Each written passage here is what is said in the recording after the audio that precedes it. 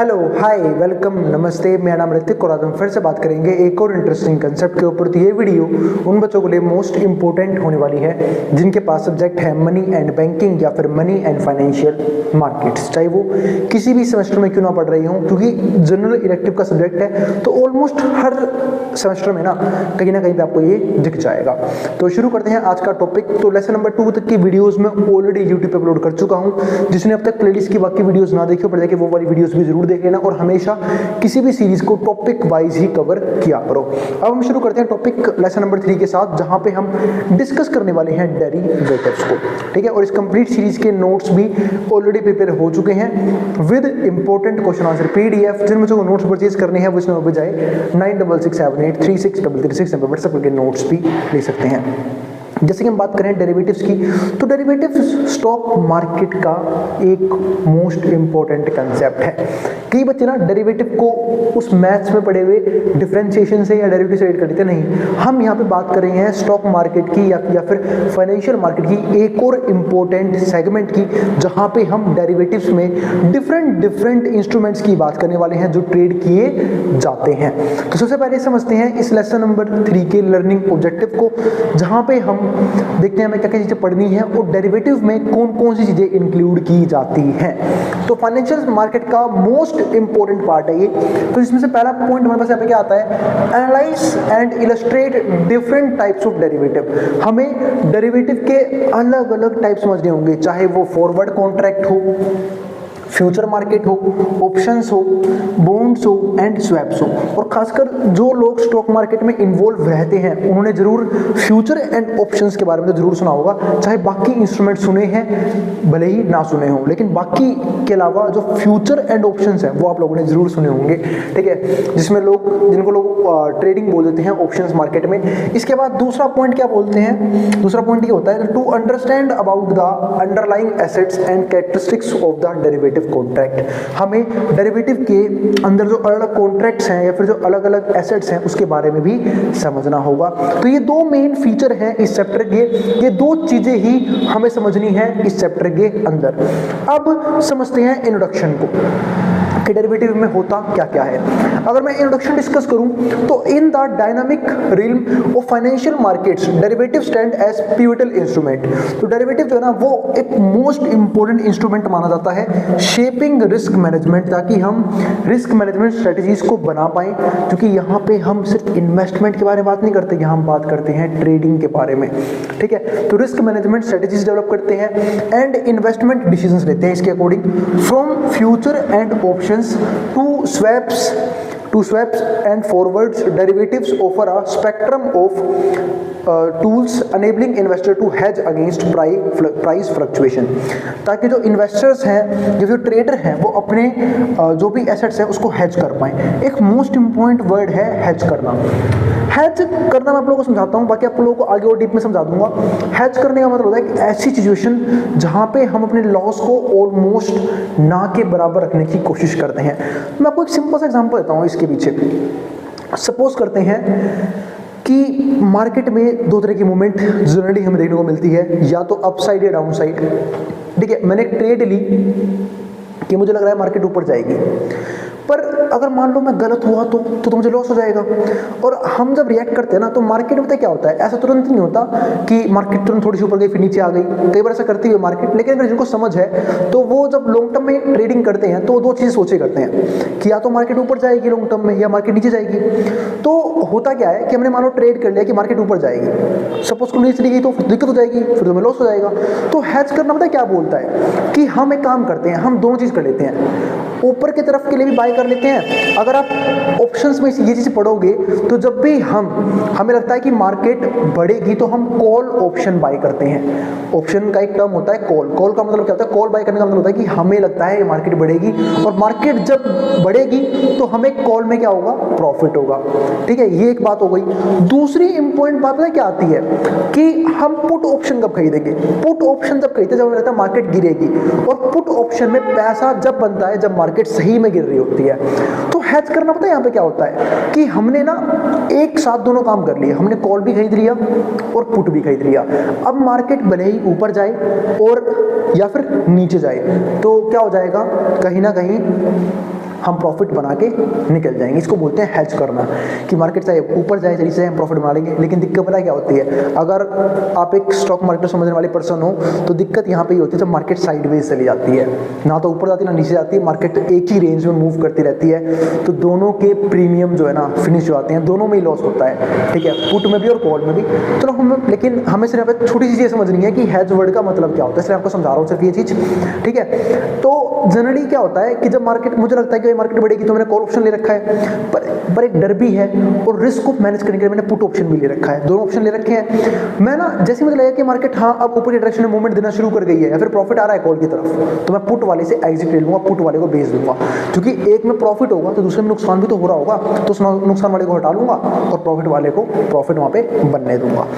तो हेज करना ना एक तरीका होता है रिस्क को मैनेज करने का, ठीक है। बाकी मैं जब आपको ऑप्शन समझाऊंगा ना कि ऑप्शन किस तरीके से काम करते हैं, ऑप्शंस किस तरीके से काम करते हैं, ऑप्शन कॉन्ट्रैक्ट क्या होते हैं, तब हम उसके बारे में थोड़ा और डीप में समझेंगे। अभी तो फिलहाल मैंने आपको ये समझाया कि जो ये अलग अलग स्पेक्ट्रम्स हैं, फ्यूचर, ऑप्शन, स्वैप्स, ठीक है, ये इन्वेस्टर्स को मौका देते हैं ताकि वो हेज कर सके against price fluctuations, speculate on market movement, साथ साथ मार्केट मूवमेंट को लेके स्पेकुलेट जो करते हैं उनकी भी हेल्प करता है स्पेकुलेट करने में। फॉर एग्जांपल आपको बता देता हूँ, मार्केट में जनरली 3 तरह की पर्सनैलिटीज होती हैं। एक होते हैं ट्रेडर्स, जिनका काम क्या होता है ट्रेडिंग करना और पैसा बनाना, है ना, जो शॉर्ट टर्म में इक्विटीज को ट्रेड करके या फिर अलग इंडेक्स को ट्रेड करके पैसा बनाते हैं। दूसरे होते हैं इन्वेस्टर्स, जो लॉन्ग टर्म के लिए इन्वेस्टमेंट करते हैं, अच्छे अच्छे एसेट्स में, अच्छे अच्छे इंस्ट्रूमेंट में, अच्छी अच्छी कंपनीज में। तीसरे होते हैं स्पेकुलेटर, जो ये नहीं बोलते कि मुझे लग रहा है मार्केट ऊपर जाएगी, मुझे लग रहा है मार्केट नीचे आएगी, इन्हें बोलते हैं स्पेकुलेटर्स। और स्पेकुलेटर भी कहीं ना कहीं डाटा के अकॉर्डिंग ही क्या करते हैं, ये चीज बोलते हैं, तो इन्हें बोलते हैं स्पेकुलेटर। तो यानी कि मार्केट की मूवमेंट को स्पेकुलेट करने में भी ये डेरिवेटिव्स हमारी बहुत ज्यादा हेल्प करते हैं। डाइवर्सिफाइंग पोर्टफोलियो को डाइवर्सिफाई करने में इंपॉर्टेंट हेल्प करते हैं हमारी। इसके अलावा अंडरस्टैंडिंग डेरिवेटिव को समझने में is not merely on academic pursuit. ध्यान रखना, जब हम डेरिवेटिव को समझने की बात करते हैं तो ये सिर्फ एकेडमिक का टॉपिक नहीं है मेरे भाई, इसमें काफ़ी लोग बर्बाद हुए हैं पहले। पता है क्यों? क्योंकि उन्हें ट्रेडिंग आती नहीं है, चले जाएंगे स्टॉक मार्केट में ट्रेड करने, ट्रेडिंग कभी सीखी नहीं, ये वर्ड कभी जाना नहीं, उन्हें लगता है कि स्टॉक मार्केट तो क्विक मनी बनाने का एक बहुत अच्छा तरीका है। पर दिक्कत है, क्विक मनी आती तो नहीं है पर चली बहुत जल्दी जाती है, यानी कि जो भी पैसा कमाए सब उड़ जाता है, ठीक है। अगर ट्रेडिंग की इंफॉर्मेशन नहीं है तो, नॉलेज नहीं है तो, ठीक है। तो भाई ये मत समझना कि वीडियो में ट्रेडर्स के लिए बना रहा हूँ, ठीक है। पता लगे जाके ट्रेडिंग करना शुरू कर दो, तुम लोग स्टूडेंट हो, समझ में आना बहुत जरूरी है। अगर नॉलेज है, स्किल है ट्रेडिंग की तो कोई दिक्कत नहीं करने में, लेकिन बिना स्किल के, बिना चीज़ों को समझे करोगे तो भाई नुकसान ही होता है उस चीज़ में, ठीक है। तो वही चीज़ यहाँ पे है। तो ये सिर्फ एकेडमिक का टॉपिक नहीं है, सिर्फ पढ़ाई के लिए नहीं है, but a practical necessity of navigating complexity of modern finance. ये मॉडर्न फाइनेंस को समझने के लिए काफ़ी जरूरी होता है, ठीक है। जैसे जब मैं फाइनेंस को स्टडी कर रहा था तब मैंने सारी चीज़ों को काफ़ी डीप में पढ़ा था कि ऑप्शन ट्रेडिंग क्या होती है, फ्यूचर्स क्या होते हैं, कॉल क्या होता है, पुट क्या होता है, कॉन्ट्रैक्ट कैसे बनते हैं, कैसे खत्म होते हैं, ठीक है। बहुत डीप कंसेप्ट्स हैं जो आपको काफ़ी टाइम लगा के सीखने पड़ेंगे। इसके बाद अगला पॉइंट क्या आता है, डेरिवेटिव का। अब समझते हैं डेरिवेटिव का पॉइंट। तो इट रिप्रेजेंट फाइनेंशियल कॉन्ट्रैक्ट, ये ऐसे फाइनेंशियल कॉन्ट्रैक्ट को दिखाता है whose valuation is tied underlying asset, जिनकी जो वैल्यूएशन है ना वो उन एसेट्स के अकॉर्डिंग होती है। जैसे मान लो स्टॉक्स के भी डेरिवेटिव होते हैं, स्टॉक के भी फ्यूचर ऑप्शन होते हैं, बॉन्ड के भी होते हैं, कोमोडिटीज के भी होते हैं, करेंसीज के भी होते हैं, मार्केट इंडेक्स के भी होते हैं। There worth fluctuates based on changes in factor. तो अगर मान लो मैंने किसी स्टॉक में कोई ट्रेड ले रखा है, कोई फ्यूचर ऑप्शन बाय कर रखा है, तो जैसे ही उस स्टॉक के प्राइस में चेंज आएगा तो उसके फ्यूचर ऑप्शन में भी चेंज आएगा। सेम ऐसे जब हम किसी इंडेक्स में ट्रेड करते हैं, मार्केट इंडेक्स में, जैसे फॉर एग्जांपल निफ्टी 50 में ट्रेड कर रहा हूं मैं, या फिर बैंक निफ्टी में ट्रेड कर रहा हूं, तो ऐसे केस में अगर उनके ग्राफ में थोड़ा सा भी चेंज आता है ना, तो जो फ्यूचर ऑप्शन है उनके प्रीमियम में भी बदलाव आ जाता है। बाकी अदर बहुत सी चीजें हैं, क्योंकि अगर आप लोगों को बोलो तो मैं फ्यूचर ऑप्शंस, मतलब जो ऑप्शन ट्रेडिंग है, फिर फ्यूचर ट्रेडिंग है, उनके ऊपर भी एक सिंगल वीडियो बना सकता हूं, जो कि इस वीडियो से काफी लंबी होगी, क्योंकि काफी डीप कंसेप्ट्स हैं, क्या होते हैं उनके प्रीमियम्स, कैसे प्रीमियम में अलग अलग फैक्टर्स होते हैं जिसकी वजह से प्रीमियम में चीज आता है, बहुत कुछ है, ठीक है। बट आपको इतना डीप में जाने की जरूरत नहीं है, आप बस हल्का फुल्का पढ़ो, क्योंकि आपको एग्जाम के पर्पस से लिए पढ़ना है, और एक तरह से आपको ना इंट्रोडक्शन मिल जाएगा इन सब चीजों का। अगला पॉइंट क्या आता है, there worth fluctuate based on changes in factor. तो इन सारे फैक्टर में चेंज आते ही इनकी जो वर्थ है उसमें क्या होती है, चेंजेस आने शुरू होते हैं, such as price movement, interest rate और other variables associated with the underlying asset, और दूसरे वेरिएबल्स में भी जो भी इन एसेट्स के अंदर होते हैं। Essentially derivatives serve as financial instrument. तो अगर हम बात करें डेरिवेटिव की तो वो फाइनेंशियल इंस्ट्रूमेंट की तरह काम करते हैं। अनेबलिंग ट्रेडर्स, ये ट्रेडर को अनेबल करने में हेल्प करते हैं एंड इन्वेस्टर को टू स्पेकुलेट ऑन, ताकि वो स्पेकुलेट कर सकें, समझ पाए कि मार्केट अब बढ़ने वाली है, घटने वाली है, क्या होने वाला है स्टॉक मार्केट में, क्या होने वाला है इक्विटी मार्केट में, वो सब कहीं ना कहीं जान सकते हैं और सेफ गार्ड देमसेल्व्स। और यही नहीं, हम कहीं ना कहीं अपने आप को सेफ गार्ड भी कर सकते हैं, इसको मैं क्या बोलता हूं, रिस्क मैनेज कर सकते हैं अपना देमसेल्व्स अगेंस्ट फ्यूचर फ्लक्चुएशन, की फ्यूचर में जो फ्लक्चुएशन आएगी वो हम डाटा के हिसाब से पहले ही समझ सकते हैं। Is future fluctuation is asset prices इन आएगा मेरे आपसे, फ्लक्चुएशन इन एसेट प्राइसेस, ठीक है, without the necessity of owning the asset itself, बिना एसेट को खुद लिए।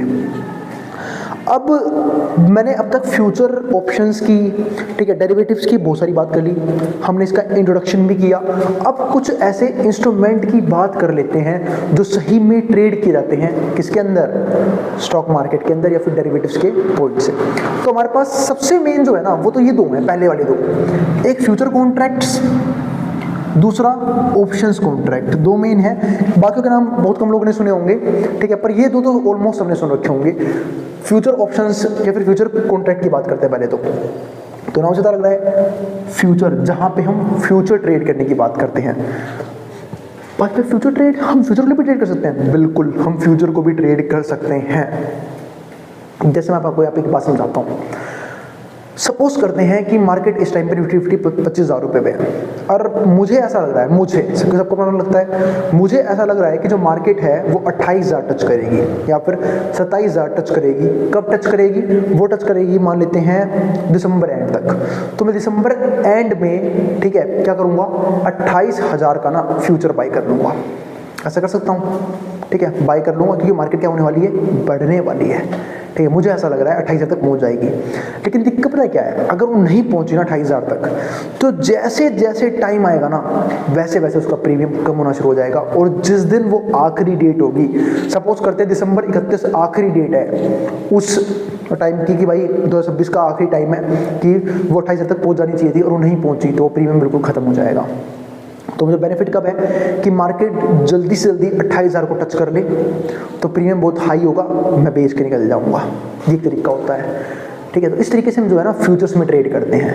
यानी कि होता पता है क्या है, हर एक फ्यूचर कॉन्ट्रैक्ट की या ऑप्शन कॉन्ट्रैक्ट की अपनी एक एक्सपायरी होती है, अपना एक टाइम पीरियड होता है। अगर उस टाइम पीरियड से पहले या उस टाइम पीरियड तक आपकी वो चीज़ पूरी हो जाती है तो होगा क्या कि आपको एक अच्छा प्रीमियम मिल जाएगा, जिसकी वजह से आप अच्छा प्रॉफिट जनरेट कर सकते हो। लेकिन अगर एक्सपायरी वाले दिन या फिर एक्सपायरी से पहले वो चीज़ें नहीं हुई, ठीक है, उसके मतलब उस टाइम तक भी नहीं हुई, इसका मतलब क्या है कि आप बहुत बड़े लॉस में हो, लगातार प्रीमियम उस डेट तक गिरता हुआ चला जाएगा, जिसकी वजह से एक कॉन्ट्रैक्ट बनाने वाले को बहुत ज़्यादा क्या होता है, लॉस होता है, ठीक है। तो ये चीज़ है।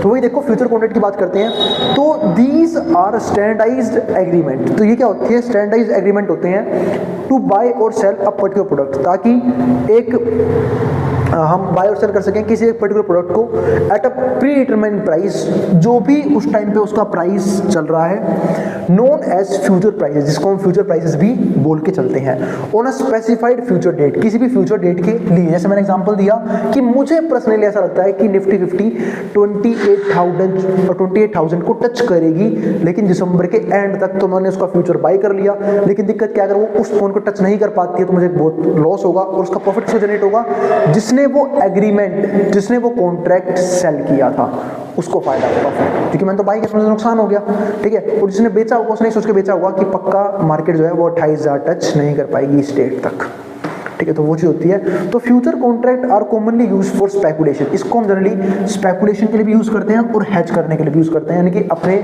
रिस्क को मैनेज करने के लिए भी यूज़ करते हैं। To capitalize on anticipated price changes, ताकि जो भी एंटिसिपेटेड प्राइस चेंजेस हैं हम उसको कैपिटलाइज कर पाएँ। इसके बाद एक मोस्ट इंपॉर्टेंट चीज़ जिसको हम क्या बोलते हैं, ऑप्शंस कॉन्ट्रैक्ट। अब पढ़ते हैं ऑप्शंस कॉन्ट्रैक्ट के बारे में। तो ऑप्शन ट्रेडिंग का ना मैं आपको एक चीज़ समझाता हूँ। ऑप्शन ट्रेडिंग में बहुत इंपॉर्टेंट लाइन है, पहले वो पढ़ लेते हैं। Options provide the holder with the right but not obligation.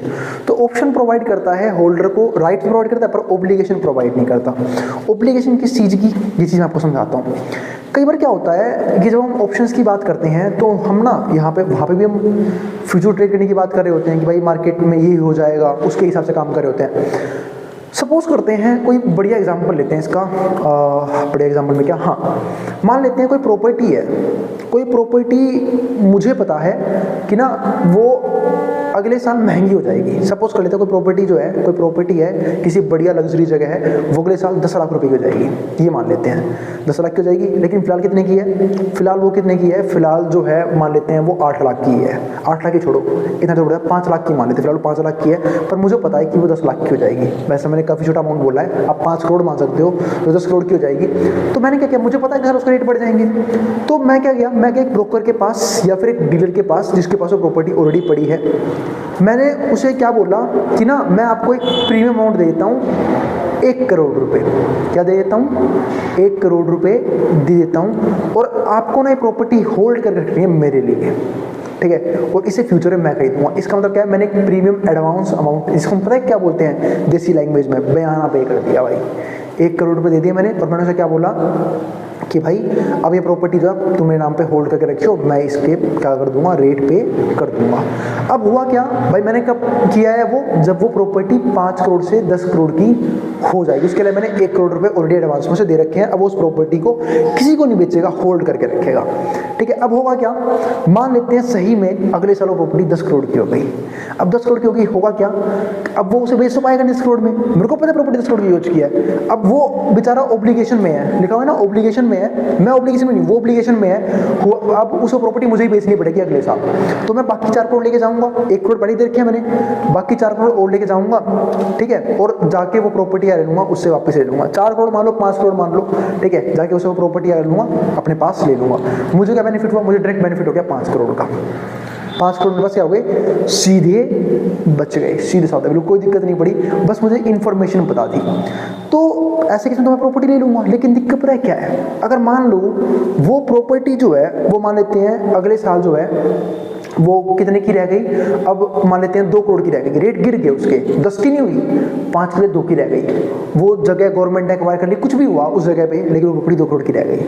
तो क्या अब मैं उस प्रॉपर्टी को लेने जाऊंगा, थोड़ा दिमाग लगाना भाई, जो प्रॉपर्टी 2 करोड़ की हो गई है, अब मान लेते हैं मैंने उसे 1 करोड़ दे रखे हैं पहले ही, मुझे 4 करोड़ रुपए और देने हैं, तब जाके 5 करोड़ दूंगा मैं उसे, ठीक है, और तब मैं वो 2 करोड़ की वैल्यूएशन की प्रॉपर्टी लूंगा। अब मैं प्रॉपर्टी लेने ही नहीं जाऊंगा, और अगर मुझे वैसी प्रॉपर्टी लेनी भी होगी तो मैं किसी और ब्रोकर के थ्रू लूंगा, क्योंकि अभी मुझे इसे 4 करोड़ रुपए करने पड़ रहे हैं, लेकिन उस टाइम पे मैं सिर्फ किसी दूसरे ब्रोकर से 2 करोड़ में ही वो सेम प्रॉपर्टी ले सकता हूँ। तो मेरा होगा क्या, मेरा 1 करोड़ का नुकसान जरूर होगा, ठीक है, बट मैं वो प्रॉपर्टी नहीं लूंगा। क्यों, क्योंकि उसकी वैल्यूएशन गिर गई है। वही चीज यहाँ पे है कि ऑप्शंस कॉन्ट्रैक्ट में, कि हम जो है ना वो एक प्रीमियम अमाउंट पे कर देते हैं अगर हम ऑप्शन को बाय करते हैं। तो अगर वैसा हो गया जैसे हम सोच रहे हैं तो हम उस एग्रीमेंट को बाय कर लेते हैं, हमें प्रॉफिट मिल जाता है। लेकिन ऐसा अगर वैसा नहीं हुआ तो हमारा पूरा प्रीमियम जो मैं पे किया ना सब डूब जाता है। और ऐसा आप किसी भी एग्जाम्पल में सोच सकते हो। आप एक जेड फोल्ड का फोन ले लो, ठीक है, जो आपको लग रहा है कि अगले महीने जो है वो कितने का मिलेगा, 2 लाख का मिलेगा, फिलहाल 1.5 लाख का मिल रहा है, तो आपने कोई प्रीमियम पे कर दिया 20,000 रुपये। आपने क्या बोला कि मुझे ये फोन कितने का चाहिए, 1.5 लाख में ही चाहिए अगले महीने, तो आपके तो पैसे बच गए ना, क्योंकि अब आपको 1,30,000 रुपये देने हैं, ठीक है। या फिर मान लेते हैं वो 20,000 प्रीमियम करके आपने पे कर दिया, आपको 1.5 और देने हैं। लेकिन अगर आप वो फोन अगले महीने लेते तो आपको 2 लाख देने पड़ते हैं, 30,000 रुपये एक्स्ट्रा देने पड़ते हैं। लेकिन अब आपको कितने देने पड़ेंगे, सिर्फ उसे 20,000 रुपये एक्स्ट्रा देने पड़ेंगे, ठीक है। तो ये चीज़ होती है। मतलब अगर आपको ढंग से समझाऊं इस चीज़ को भी, इस एग्जांपल को भी, मान लेते हैं 1.5 लाख का कोई फ़ोन है, 1.5 लाख का फ़ोन है, 1.5 लाख का फ़ोन है, ठीक है, मैंने इसके लिए 20,000 रुपये प्रीमियम अमाउंट पे कर दिया है, फिर 10,000 रुपये के लिए 10,000 रुपये के लॉक करवा लिया कि भाई अगले महीने मेरी सैलरी आती मैं ये फ़ोन ले लूँगा, ठीक है, लेकिन ये फ़ोन तेरे पास ही होना चाहिए, ये फ़ोन तू मुझे बेचेगा कितने भाई 1.5 लाख में ही, इसके वजह को 10,000 रुपये बयाना दे रहा हूँ इस तरह से। वो 10,000 रुपये मैंने दे दिए, अब ये फ़ोन मुझे पता है ना 2 लाख का हो जाएगा, और वो अगले महीने सही में 2 लाख का हो गया। तो अगर मैं इस फ़ोन को, मुझे फ़ोन खरीदना ही था, मेरे लिए जरूरत थी इस फ़ोन की, तो अगर मैं अगले महीने खरीदता तो उनको 50,000 रुपये एक्स्ट्रा देने पड़ते ना, ठीक है। अभी मुझे कितने जा रहे हैं, 1.5 लाख रुपये ये दूंगा मैं अगले महीने, और 10,000 रुपये जो मैंने स्टार्टिंग में दिए हैं, यानी कि 1.6 लाख में मेरे को ये फ़ोन क्या हो जाएगा, मिल जाएगा, ठीक है। लेकिन सपोज करो यही फ़ोन 1.5 लाख से 2 लाख का नहीं हुआ, कितने का हो गया, 1.5 लाख से ये होगा 1 लाख का, लो और बेड़ा कर को 1 लाख का हो गया।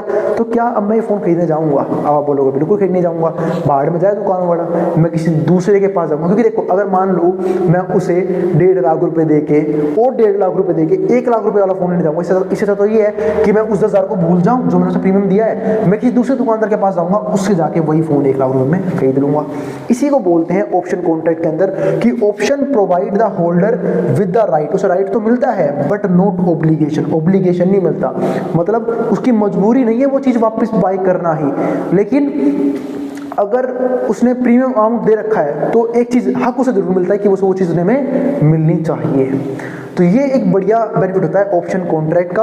बाकी कभी अगर फ्यूचर में मौका मिला फाइनेंस कोड डीप में समझाने का तो आपको ऑप्शंस के ऊपर एक सिंगल वीडियो भी प्रोवाइड कर दूंगा जहाँ पे ऑप्शन के अलग टर्मिनोलॉजी के बारे में बात कर लेंगे, ठीक है। तो अगर देखते हैं टू बाई, अगर हमें कभी भी ऑप्शन को बाई करना होता है तो मैंने बताया था ना, हम कॉल ऑप्शन बाई करते हैं, और अगर ऑप्शन को सेल करना होता है, क्योंकि देखो हम बाई कब करते हैं किसी चीज़ को, जब हमें लगता है उसके रेट बढ़ेंगे ताकि मैं उसे महंगे बेच पाऊँ, तो हम कॉल ऑप्शन की तरफ जाते हैं। और हमें जब भी लगता है कि भाई हम जो है ना हमें वो चीज़ बेचनी है तो हम क्या करते हैं, पुट ऑप्शन खरीदते हैं। क्या करते हैं, पुट ऑप्शन खरीदते हैं। फिर हमें लगता है कि प्राइस गिरने वाला है मार्केट का तो हमें सेल कर देना चाहिए, तो हम उसके लिए पुट ऑप्शन खरीदते हैं। The underlying asset at a specified price, तो ध्यान रखना जब भी हम कॉल ऑप्शन को बाय करते हैं इसका मतलब क्या है कि जब भी वो इंडेक्स बढ़ेगा तो कॉल का प्रीमियम भी बढ़ेगा। लेकिन अगर हम पुट ऑप्शन बाय कर रहे हैं तो उसका प्राइस पता है कब बढ़ता है, पुट ऑप्शन का प्रीमियम कब बढ़ता है, जब वो इंडेक्स गिर रहा होता है, उसकी वैल्यू कम हो रही होती है। तो ये चीज़ भी ध्यान रखना। The underlying asset at a specified price, ये भी एक स्पेसिफाइड प्राइस के ऊपर होता है, इसको हम क्या बोलते हैं, स्ट्राइक प्राइस के हिसाब से हम बाई करते हैं within a set time frame, एक सेट टाइम फ्रेम के लिए। They offer versatility and can be utilize for various strategy, इसको हम अलग स्ट्रेटजी के लिए भी यूज कर सकते हैं। अब आगे देखते हैं, इंक्लूडिंग हैजिंग, हैजिंग के लिए यूज कर सकते हैं। स्पेकुलेशन, ये यानी कि फ्यूचर मार्केट में क्या होने वाला है उसके लिए दे सकते हैं। साथ साथ प्रॉफिट मेकिंग के लिए भी हम इस टूल को यूज कर सकते हैं। तीसरा पॉइंट क्या आता है, स्वैप्स। अब समझते हैं स्वैप्स को। स्वैप एक तरह से कॉन्ट्रैक्ट होता है दो पार्टीज के बीच में, जहां पे दो पार्टीज अपने डेट इंस्ट्रूमेंट को साइन करती है एक फिक्स्ड इंटरेस्ट रेट पे, ताकि जो ये इंटरेस्ट रेट का फ्लक्चुएशन है ना ये देखने को ना मिले। जैसे सपोज करो मैंने किसी को पर्सन को पैसे दिए, मैं पर्सन हूँ, मान लेते हैं मेरा नाम ऋतिक है, मैंने किसी और मान के लेते हैं मेरा नाम तो है, ठीक है, हमने किसी और को पर्सन को ठीक है मान लेते हैं राम श्याम कोई भी जो पर्सन है, हमने उससे क्या कर दिया, एक एग्रीमेंट साइन कर लिया कि भाई मैं आपको 10 लाख रुपए दे रहा हूँ, आपको जो है ना 10% एनुअली मुझे इंटरेस्ट क्या करना है, पे करना है। तो इस तरह से स्वैप का पार्ट बन जाएगा। स्वैप्स क्या होता है, स्वैप्स इन्वॉल्व टू पार्टी, इसमें दो पार्टी होते हैं। एग्रीइंग टू एक्सचेंज कैश, जो कैश को एक्सचेंज करते हैं, कैश फ्लोज को और अदर फाइनेंशियल इंस्ट्रूमेंट को, या फिर किसी दूसरे फाइनेंशियल इंस्ट्रूमेंट को अंडर प्री डिटरमाइंड टर्म्स, वो भी किसके अकॉर्डिंग, प्री डिटरमाइंड टर्म्स के अकॉर्डिंग। इंटरेस्ट रेट स्वैप, जैसे कि इंटरेस्ट रेट स्वैप होता है, ठीक है। द मोस्ट प्रीवेलेंट टाइप, जो एक मोस्ट प्रीवेलेंट टाइप है, involve parties swapping fixed and variable interest payment, जिसके जरिए हम जो है फिक्स्ड और variable interest payment to mitigate interest rate risk, मतलब इंटरेस्ट रेट रिस्क को भी हम यहाँ पे खत्म कर सकते हैं, जो मैंने आपको स्टार्टिंग में ही समझाया। इसके बाद फोर्थ पॉइंट है फॉरवर्ड कॉन्ट्रैक्ट्स, और आखिरी टाइप है किसका, यहाँ पे डेरिवेटिव्स का। फिर बाकी टॉपिक्स हम देखेंगे आने वाले वीडियो में। तो पहले फॉरवर्ड कॉन्ट्रैक्ट पढ़ लेते हैं। दीज आर कस्टमाइज्ड एग्रीमेंट, ये कस्टमाइज्ड एग्रीमेंट्स होते हैं बेट बिटवीन टू पार्टी, दो पार्टी के बीच में, टू परचेज और सेल, ताकि परचेज और सेल किया जा सके एक स्पेसिफिक आइटम को, किसी स्पेसिफिक आइटम को at an agreed upon price, जिस भी प्राइस पे वो एग्री हुए थे एट अ फ्यूचर डेट, किसी फ्यूचर डेट को लेके। मतलब हमने मान लेते हैं हमने एक सौदा, मतलब एक तरह से एक सौदा बोलते हैं वैसे तो, एक तरह से कॉन्ट्रैक्ट भी बोलते हैं उसे, कॉन्ट्रैक्ट बना लिया किसी दूसरे पर्सन के साथ कि भाई मैं आपकी ये प्रॉपर्टी लूँगा, एक स्पेसिफिक अमाउंट पे हम पहले कॉन्ट्रैक्ट बना लेते हैं और एक फ्यूचर डेट के लिए, लेकिन उसके लिए हमें कुछ ना कुछ प्रीमियम पे करना पड़ता है। जनरली हम ये चीज़ रियल एस्टेट में भी करते हैं कि मान लेते हैं हमने 6 महीने के लिए बोला कि भाई 6 महीने बाद मैं आपकी ये प्रॉपर्टी ले लूँगा इस प्राइस पे, और इसका जो है 20% मैं आपको अभी तुरंत दे देता हूँ, बाकी 80% आपको 6 महीने के अंदर आपको क्या हो जाएंगे, मिल जाएंगे। तो ये हो गया एक कॉन्ट्रैक्ट। फ्यूचर कॉन्ट्रैक्ट करंट में बन गया है, वो भी एक फिक्स प्राइस लेवल पे। तो agreed upon price at a future date, unlike future contracts forward contracts are often privately negotiated. इसको हम बाद में नेगोशिएट भी कर सकते हैं, यानी अगर हमें लगता है कि प्रॉपर्टी के भाव थोड़े बढ़ गए तो मुझे ज़्यादा पैसा भी मांग सकते हैं। Are not traded on exchange, इसको हम एक्सचेंज के ऊपर ट्रेड नहीं करते। तो ये चीज़ जरूर ध्यान रखना, ठीक है। तो ये हमारे पास एक कुछ इंपॉर्टेंट पॉइंट आते हैं डेरिवेटिव्स के, जहाँ पे मैंने आपको अलग अलग कैटेगरीज भी समझा दी है डेरिवेटिव की। देखो 4x4 मेन कैटेगरीज चारों देख लिया, future contract, option contract, swaps and forward contracts. अब हमें कौन से टॉपिक देखने हैं, एक तो हमें समझने हैं अंडरलाइंग एसेट्स ऑफ डेरिवेटिव के, डेरिवेटिव्स के अंदर हम कौन कौन से एसेट्स को ट्रेड करते हैं। दूसरा कैरेक्टरिस्टिक्स क्या होती है डेरिवेटिव्स की, यानी कि डेरिवेटिव्स के अंदर कौन कौन से फीचर्स होते हैं। ये दो टॉपिक्स जो है ना हमें डिस्कस करने हैं आज की वीडियो के अंदर, ठीक है। तो पहले समझते हैं कोमोडिटीज को, यानी कि डेरिवेटिव का एक मोस्ट इंपॉर्टेंट पार्ट होता है कोमोडिटीज, जहां पे हम कोमोडिटीज को भी ट्रेड करते हैं। कोमोडिटी जैसे कि क्रूड ऑयल हो गया, अनाज वगैरह हो गई, जो भी कोमोडिटी का पार्ट बनता है हम उन सबको भी एक तरह से डेरिवेटिव्स के अंदर ट्रेड कर सकते हैं। जैसे यहाँ पे समझते हैं कोमोडिटी मार्केट के बारे में। Given India's strong agriculture and industrial sector, हम सब जानते हैं कि इंडिया में एग्रीकल्चर सेक्टर जो है वो बहुत स्ट्रॉन्ग है, इंडस्ट्रियल सेक्टर भी स्ट्रॉन्ग है, बट इतना नहीं है जितना होना चाहिए था according to demand.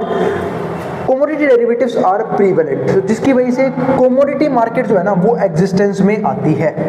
As gold, यानी कि हम गोल्ड को भी ट्रेड करते हैं, गोल्ड भी क्या है, कोमोडिटी तो है एक। सेम ऐसे ही सिल्वर को भी ट्रेड करते हैं, क्रूड ऑयल को ट्रेड करते हैं, नेचुरल गैस को ट्रेड करते हैं, और साथ साथ एग्रीकल्चर प्रोडक्ट जैसे कि वीट, राइस एंड कॉटन, इन सबको कोमोडिटी मार्केट के अंदर ट्रेड किया जाता है। इसके बाद क्या आता है, एंड बेस मेटल्स, कुछ बेस मेटल भी हम ट्रेड करते हैं, फॉर एग्जांपल कॉपर, ठीक है, एल्युमिनियम ट्रेड कर दिया, जिंक ट्रेड कर दिया, serve as basis for derivatives. तो यानी कि ये वो सारी कोमोडिटीज हैं जो कहीं ना कहीं इंडस्ट्रियल सेक्टर में यूज होती है या फिर एग्रीकल्चर सेक्टर से प्रोड्यूस की जाती हैं, और इनको हम ट्रेड करते हैं कोमोडिटी मार्केट के अंदर। तो डेरिवेटिव के अंदर एक मोस्ट इंपॉर्टेंट हिस्सा आया कोमोडिटी मार्केट का, जिसको हम डेरिवेटिव्स के अंदर ट्रेड कर सकते हैं। अब समझते हैं दूसरे पॉइंट को। दूसरा पॉइंट क्या आता है हमारे पास यहाँ पे, स्टॉक्स एंड इंडेक्स। इसकी बात तो आपको प्रीवियस वीडियो में समझा चुका था कि जहाँ पे मैंने आपको डेरिवेटिव समझाया था कि डेरिवेटिव के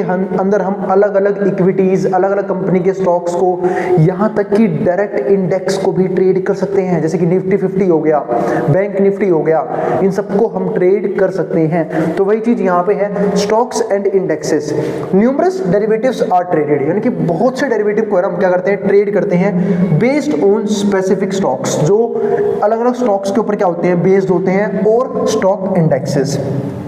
both the national stock exchange, जो नेशनल स्टॉक एक्सचेंज है NSE हो गया, या फिर बॉम्बे स्टॉक एक्सचेंज BSE हो गया, ये हमें ट्रेड करने की परमिशन देता है। ऑफर डेरिवेटिव कॉन्ट्रैक्ट, ये दोनों ही हमें डेरिवेटिव के कॉन्ट्रैक्ट को बनाने में हेल्प करते हैं। Derivative contract for individual stocks and indexes, index यानी कि निफ्टी 50 और सेंसेक्स, यानी कि हम चाहे तो जो भी स्टॉक पॉपुलर है, फॉर एग्जाम्पल मुझे अगर मान लो HDFC में ऑप्शंस बाइंग करनी है, ऑप्शन सेलिंग करनी है, वो मैं कर सकता हूँ। रिलायंस इंडस्ट्रीज के अंदर ट्रेड करना है ऑप्शंस के अंदर, डेरिवेटिव्स के अंदर, मैं वो भी ट्रेड कर सकता हूँ। फ्यूचर के अंदर ट्रेड करना है वो भी कर सकता हूँ। यहाँ तक कि निफ्टी 50, बैंक निफ्टी, सेंसेक्स, इन सब को हम ट्रेड कर सकते हैं। कहाँ पे, डेरिवेटिव्स मार्केट के अंदर, यानी कि ऑप्शन बाइंग और सेलिंग या फिर फ्यूचर बाइंग हम यहाँ पे कर सकते हैं। तो ये हमारे पास दूसरा पॉइंट आया। पहले पॉइंट में हम कमोडिटी को ट्रेड कर रहे थे, दूसरे पॉइंट में हम अलग अलग इंडेक्स या फिर अलग अलग स्टॉक्स को ट्रेड कर सकते हैं। अब तीसरा पॉइंट क्या आता है, बॉन्ड्स एंड इंटरेस्ट रेट, यानी कि एक बार जब बॉन्ड इशू होते हैं और जो इंटरेस्ट रेट है हम इनके हिसाब से भी ट्रेडिंग कर सकते हैं। यानी कि बॉन्ड्स मार्केट में बॉन्ड्स की भी ट्रेडिंग होती है, वो भी डेरिवेटिव का पार्ट कहीं ना कहीं बन जाता है। मैं आपको एक चीज समझाता हूँ, आप लोगों को याद होगा बॉन्ड जो है ना वो कौन कौन इशू करता है। बॉन्ड गवर्नमेंट भी इशू करते हैं, बॉन्ड कॉर्पोरेट इंस्टीट्यूशंस भी इशू करते हैं अलग अलग इंटरेस्ट रेट पे, और जब वो एक बार मार्केट में आ जाता है फिर उसकी डिमांड और सप्लाई के अकॉर्डिंग वो ट्रेड भी किए जा सकते हैं।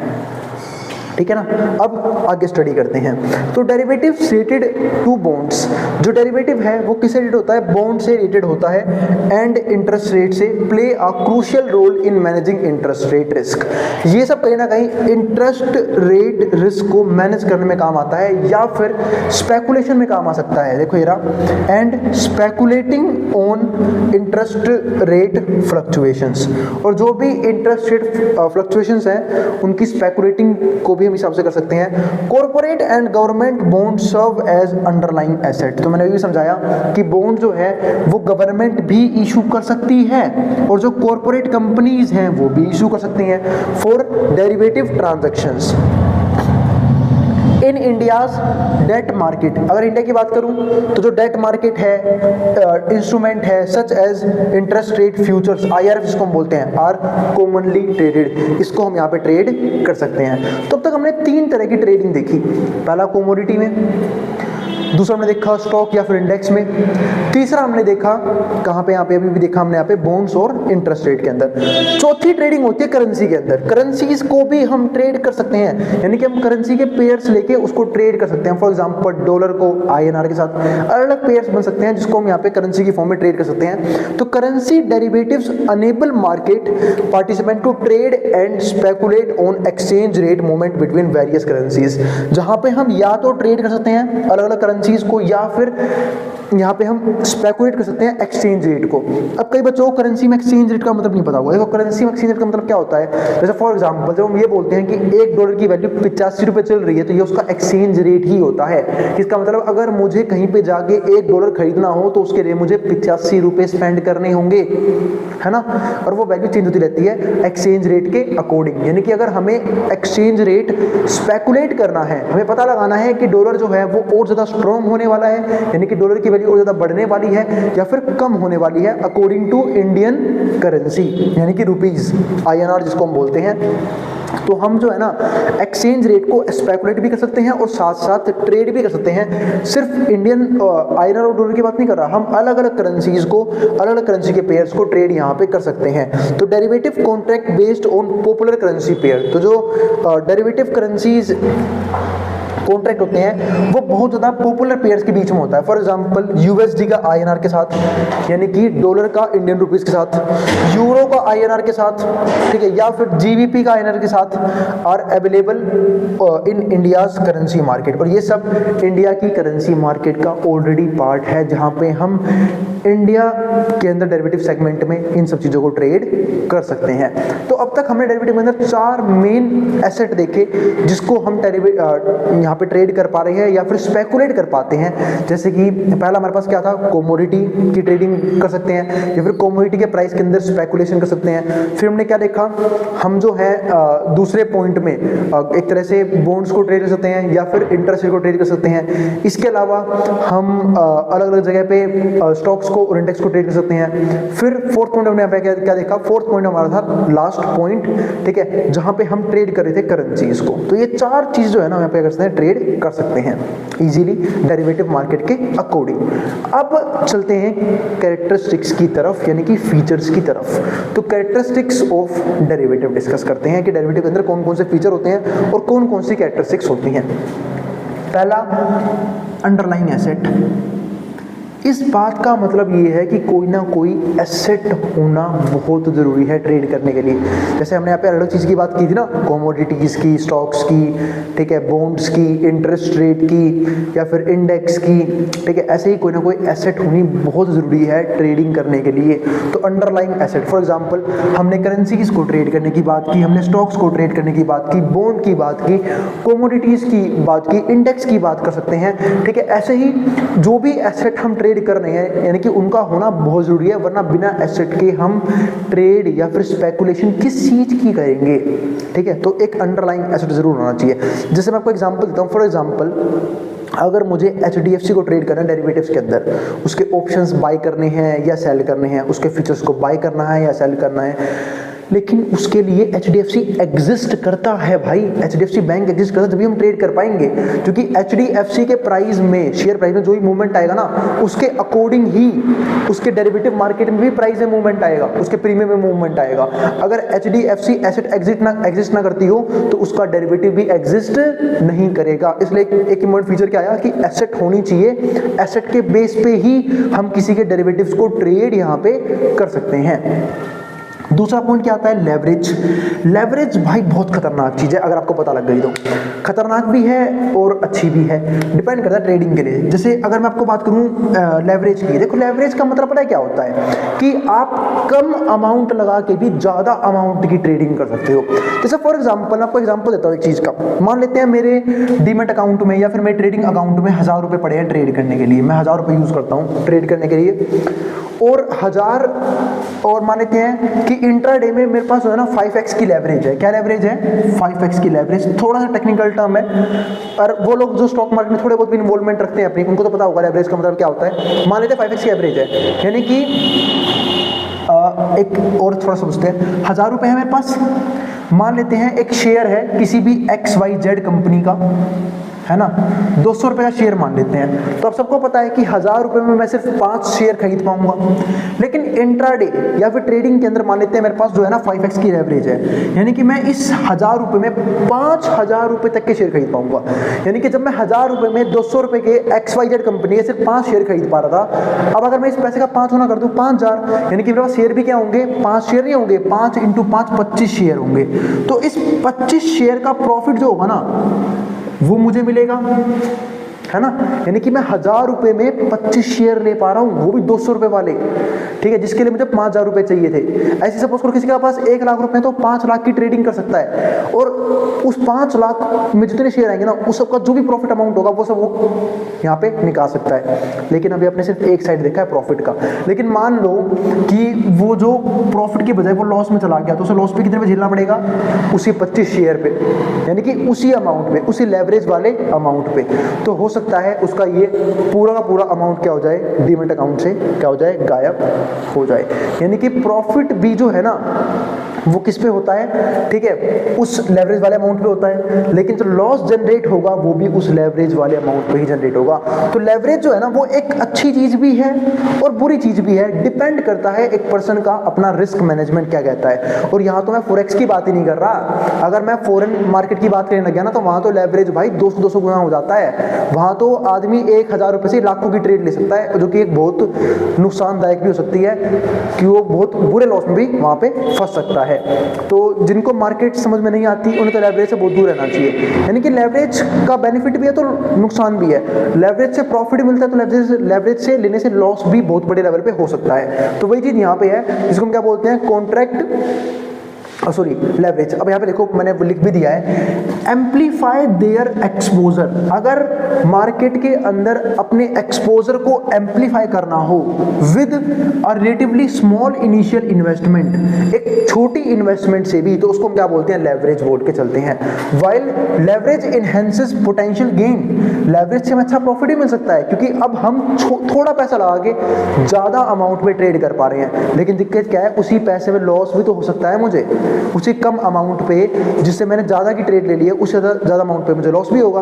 तो हो सकता है कि जो अमाउंट मैंने दिया हो अपना वो सारा सारा क्या हो जाए, ठीक है, खत्म हो जाए, वाइप ऑफ हो जाए।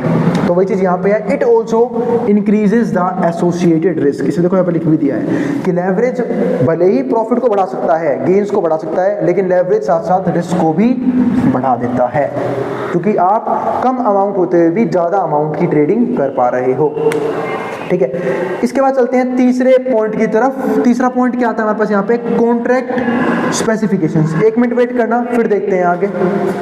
चलो अब देखते हैं अगला पॉइंट, कॉन्ट्रैक्ट स्पेसिफिकेशंस।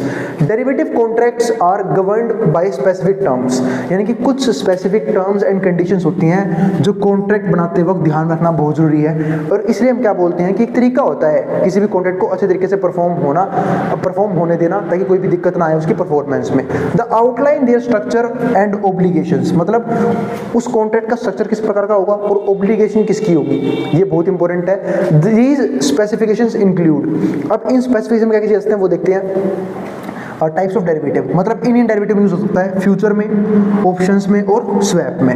हमने फ्यूचर की बात भी की थी डेरिवेटिव के कंसेप्ट में, ऑप्शंस के बारे में बात भी की थी और स्वैप के बारे में बात भी की थी। साथ साथ कॉन्ट्रैक्ट साइज कैसा होगा वो हम देख लेते हैं कॉन्ट्रैक्ट के अंदर। एक्सपायरी डेट यानी कब वो कॉन्ट्रैक्ट खत्म हो जाएगा हम वो देख लेते हैं। स्ट्राइक प्राइस क्या रहने वाला है फॉर ऑप्शंस, खासकर ऑप्शंस के लिए स्ट्राइक प्राइस क्या रहेगा वो हम देख लेते हैं किसके अंदर, कॉन्ट्रैक्ट के अंदर। और सेटलमेंट मैकेनिज्म क्या होगा ये सब कुछ हम देख लेते हैं। यानी कि ये सब क्या होती है, टर्म्स एंड कंडीशंस में सारी चीजें लिखी होती हैं जब हम कोई भी ऑप्शन का कॉन्ट्रैक्ट बनाते हैं। तो कॉन्ट्रैक्ट स्पेसिफिकेशन एक पार्ट बन गया। फिर फोर्थ पॉइंट क्या आता है, फ्लेक्सिबिलिटी। तो फ्लेक्सिबिलिटी भी एक चीज़ होती है। फ्लेक्सिबिलिटी यानी कि मतलब क्या है कि हम अब इजी तरीके से कोई भी इंस्ट्रूमेंट, डेरिवेटिव का कोई सा भी इंस्ट्रूमेंट, जैसे बॉन्ड्स हो सकता है, इंटरेस्ट रेट, स्टॉक्स, इंडेक्स, हम किसी भी चीज़ को ट्रेड कर सकते हैं, कमोडिटी को भी ट्रेड कर सकते हैं, करेंसी को भी ट्रेड कर सकते हैं, जिसकी वजह से हमारे पास फ्लेक्सिबिलिटी आती है कि जिसमें हम अच्छे हैं, जहाँ पे हमें जो चीज़ हमें ट्रेड करना अच्छा लगता है या फिर जो हमारे लिए क्या है सूटेबल है, हम उस डेरिवेटिव के पार्ट के अंदर, उस डेरिवेटिव इंस्ट्रूमेंट के अंदर ट्रेड कर सकते हैं। यानी कि कहीं ना कहीं जो डेरिवेटिव मार्केट है वो हमें क्या देता है, फ्लेक्सिबिलिटी देता है और साथ साथ रिस्क मैनेजमेंट करने के तरीके भी देता है। तो derivatives offer flexibility in risk management, यानी कि डेरिवेटिव्स है ना फ्लेक्सिबिलिटी देता है किसके अंदर, रिस्क मैनेजमेंट करने के लिए एंड इन्वेस्टमेंट स्ट्रेटजीज के according. Market players can utilize derivative, जो मार्केट के प्लेयर्स हैं वो डेरिवेटिव को यूटिलाइज कर सकते हैं फॉर वेरियस पर्पसेस, बहुत से पर्पसेस के लिए, जिसमें क्या होता है, स्पेकुलेशन हो सकता है। स्पेकुलेशन यानी कि हम पता कर सकते हैं कि जो प्रॉपर वो जो पर्टिकुलर इंडेक्स है वो ऊपर जाएगा या नीचे जाएगा। स्पेकुलेटर का काम यही होता है। हम हेज कर सकते हैं, मैंने आपको हेज भी डिफाइन किया था पिछली वीडियो में, जहाँ पे हम रिस्क को मिनिमम कर लेते हैं अपने हेज करके, यानी कि मार्केट किसी भी डायरेक्शन में जाए, ठीक है, हमें प्रॉफिट बनेगा, लॉस ज़्यादा नहीं होने वाला। आर्बिट्रेज, पोर्टफोलियो डाइवर्सिफिकेशन, हम अलग अलग इंस्ट्रूमेंट में अपने पैसे को लगा के अपने पोर्टफोलियो को डाइवर्सिफाई भी कर सकते हैं, यानी कि इजीली हम अपने रिस्क को मैनेज कर सकते हैं। जैसे बोलते हैं ना एक डायलॉग कि don't put your all eggs in a single basket, यानी कि इस बात का मतलब ये है इन्वेस्टमेंट के पर्पज से कि भाई सारा पैसा जो है ना, सारा फंड, सारी वेल्थ कभी भी सिंगल जगह इन्वेस्ट नहीं करनी चाहिए। अगर वो इन्वेस्टमेंट अच्छी रही तो आपका पैसा ग्रो करेगा, बुरी रही तो सारा पैसा डूब जाएगा। इससे अच्छा क्या है कि हम जो है ना अपने पैसे को मल्टीपल इन्वेस्टमेंट स्कीम्स में या फिर मल्टीपल इंस्ट्रूमेंट्स में इन्वेस्टमेंट कर सकते हैं, जिसके जरिए अगर कुछ इंस्ट्रूमेंट में लॉस हो भी रहा है तो बाकी के प्रॉफिट उसे कवर कर लेंगे। तो पोर्टफोलियो डाइवर्सिफिकेशन का मौका मिलता है and creating customized financial instrument, और हमें कस्टमाइज्ड फाइनेंशियल इंस्ट्रूमेंट देखने को भी मिलता है। इसके बाद फिफ्थ पॉइंट क्या आता है, रिस्क एंड वोलेटिलिटी, ठीक है, इसका वोलेटिलिटी बोलते हैं इसे। अब रिस्क का मतलब क्या है भाई, बहुत बार रिस्क भी इन्वॉल्व होता है और कहीं ना कहीं हमें मार्केट में वोलेटिलिटी भी देखने को मिलती है। अब बात ये है वोलेटिलिटी का मतलब क्या होता है भाई, मार्केट जो है ना कई बार बहुत क्विक मूवमेंट्स दिखाता है, कभी तुरंत ऊपर जाएगा, तुरंत नीचे आएगा, इसको बोलते हैं वोलेटिलिटी। ठीक है, ये मार्केट जो है बहुत फास्ट तरीके से मूवमेंट कर रहे हैं कि लोगों को समझ में ही नहीं आ रहा कि कब बाय करना है कब सेल करना है, खासकर ट्रेडिंग के पर्पज से हम इसको यूज करते हैं।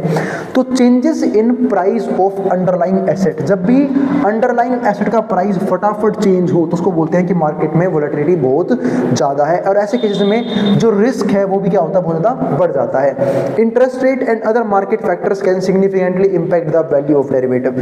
अब यहाँ पे होता है क्या, जो इंटरेस्ट रेट है या फिर जो दूसरे मार्केट के फैक्टर्स हैं वो बहुत इंपैक्ट डालते हैं डेरिवेटिव्स की वैल्यू के ऊपर। इसके बाद सिक्स्थ पॉइंट क्या होता है, ट्रांसफरेबिलिटी एंड लिक्विडिटी। भाई हम स्टॉक मार्केट में ट्रेड करते क्यों है जनरली, या फिर इन्वेस्टमेंट करते क्यों है, क्योंकि हाईली लिक्विड एसेट है। अगर मैंने कुछ अच्छी कंपनीज के शेयर्स ले रखे हैं, अच्छे इंडेक्सेस ट्रेड कर रहा हूँ, इसका मतलब क्या है कि अगर मैं प्रॉफिट में रहा तो मैं जितनी जल्दी हो सकता है अपने फंड को विड्रॉ कर सकता हूँ, यानी कि एक तरह से एक तो ट्रांसफर कर सकता हूँ वो पॉसिबल है। और लिक्विडिटी का मतलब पता है यहाँ पे क्या होता है कि भाई हम कितनी जल्दी अपने एसेट्स को, अपने इंस्ट्रूमेंट्स को कैश में कन्वर्ट कर सकते हैं, जो कि स्टॉक मार्केट में हाईली पॉसिबल होता है कि हम बहुत जल्दी अपने जो भी प्रॉफिट है उसे कैश में कन्वर्ट करके और अपने बैंक में ट्रांसफर कर सकते हैं। तो ट्रांसफरेबिलिटी एंड लिक्विडिटी बहुत ज़्यादा होती है डेरिवेटिव मार्केट के अंदर भी, ठीक है, बशर्ते आपने प्रॉफिट जनरेट किया हो, क्योंकि लॉस में क्या ही निकाल लोगे, तो गायब हो गया। हाँ, पर अगर प्रॉफिट हुआ है तो हम जल्दी जल्दी उसे अपने बैंक अकाउंट में बाहर निकाल सकते हैं। फिर क्या आता है हमारे पास यहाँ पे सेवंथ पॉइंट, जिसको हम क्या बोलते हैं, काउंटर पार्टी रिस्क। अब काउंटर पार्टी रिस्क समझते हैं। देखो काउंटर पार्टी रिस्क से ना आपको एक चीज समझनी थी ऑप्शंस की। ऐसा देखा मैंने बताया था ना कि ऑप्शन में सारा ऑब्लिगेशन किसके पास होता है, ऑप्शन सेलर के पास, है ना। इसलिए देखा होगा आपने कि ऑप्शन बाइंग करना बहुत आसान है, क्योंकि ऑप्शन बाइंग में बहुत से लोगों को लॉस होता है, और वो इसलिए होता है क्योंकि ऑप्शन बाइंग सब कर सकते हैं, क्योंकि चीप अमाउंट से प्रीमियम अमाउंट देना पड़ता है ऑप्शन बाइंग करने के लिए। लेकिन कभी भी अगर आपने ऑप्शन सेलिंग करने की कोशिश की होगी ना, तो एक सिंगल ट्रेड लेने के लिए ना लाखों रुपए लग जाते हैं ऑप्शन सेलिंग के। तो वही चीज यहाँ पे है, तो जिसकी वजह से ना सारा ऑब्लिगेशन किसके ऊपर होता है, ऑप्शन सेलर के पास। इसलिए जो ब्रोकर होता है ना, वो ऑप्शन सेलर से पहले ही सारा पैसा रखवा लेता है, तभी उसके लिए ट्रेड करना पॉसिबल होता है। लेकिन ऑप्शन बायर के लिए वो सिर्फ प्रीमियम दे सकता है और ट्रेड का पार्ट बन सकता है और कॉन्ट्रैक्ट का पार्ट बन सकता है। तो काउंटर पार्टी जब हम बात करते हैं काउंटर पार्टी रिस्क की, risk arises from reliance on counter parties credit worthiness and financial stability. इसका मतलब क्या है कि जो काउंटर पार्टी रिस्क, इसका मतलब ये है कि भाई काउंटर पार्टी रिस्क का मतलब है कि सारे जो रिस्क है वो काउंटर पार्टी के पास होता है, इसलिए ये जो है ना उसके क्रेडिट वर्दीनेस के हिसाब से उससे पहले सारा पैसा रखवा लेता है ताकि कोई भी दिक्कत आए तो वो ऑब्लिगेशन वो अपना प्ले कर पाए। इसके अलावा फाइनेंशियल स्टेबिलिटी बनी रहे, ये भी बहुत जरूरी है। इसके बाद 8th पॉइंट क्या आता है, रेगुलेटरी ओवरसाइट। भाई जब इतनी बड़ी मार्केट है डेरिवेटिव जहाँ पे इतने सारे इंस्ट्रूमेंट्स ट्रेड किए जाते हैं, तो भाई इसका रेगुलेशन भी बहुत जरूरी है, ताकि वहाँ पे हर एक चीज़ क्या हो, एक तो मार्केट स्टेबल हो, स्टेबिलिटी बहुत जरूरी है किसकी, डेरिवेटिव मार्केट की। दूसरा फेयरनेस, यानी कि जो भी कॉन्ट्रैक्ट है वो ओपनली बन रहे हैं, किसी के साथ कोई भी अनफेयरनेस नहीं की जा रही है, सब कुछ फेयर तरीके से हो रहा है, ताकि कोई भी पर्सन, कोई भी कॉन्ट्रैक्टर एक्सप्लॉइट ना किया जा सके। इसलिए आपने सुना होगा ना सेबी, वो खुद ये सारे मामले संभालती है। इसके अलावा ट्रांसपेरेंसी हो, ट्रांसपेरेंसी यानी कोई भी कॉन्ट्रैक्ट हो, कोई भी चीज हो, वो सबको दिखाया जा सके। जैसे कई बार हम समझते हैं ना कि भाई लोग सोचते हैं स्टॉक मार्केट में अंधा प्रॉफिट होता है, बहुत ज्यादा प्रॉफिट है, लोग रातों रात अमीर हो रहे हैं, ऐसा कुछ पॉसिबल नहीं होता, क्योंकि लॉन्ग टर्म इन्वेस्टमेंट करी है भाई उन लोगों ने, जो लोग रिच हुए हैं। या फिर कई बार जो है ना आजकल सोशल मीडिया का जमाना है, तो बहुत से लोग जो अपना फेक प्रॉफिट भी दिखाते हैं, ठीक है।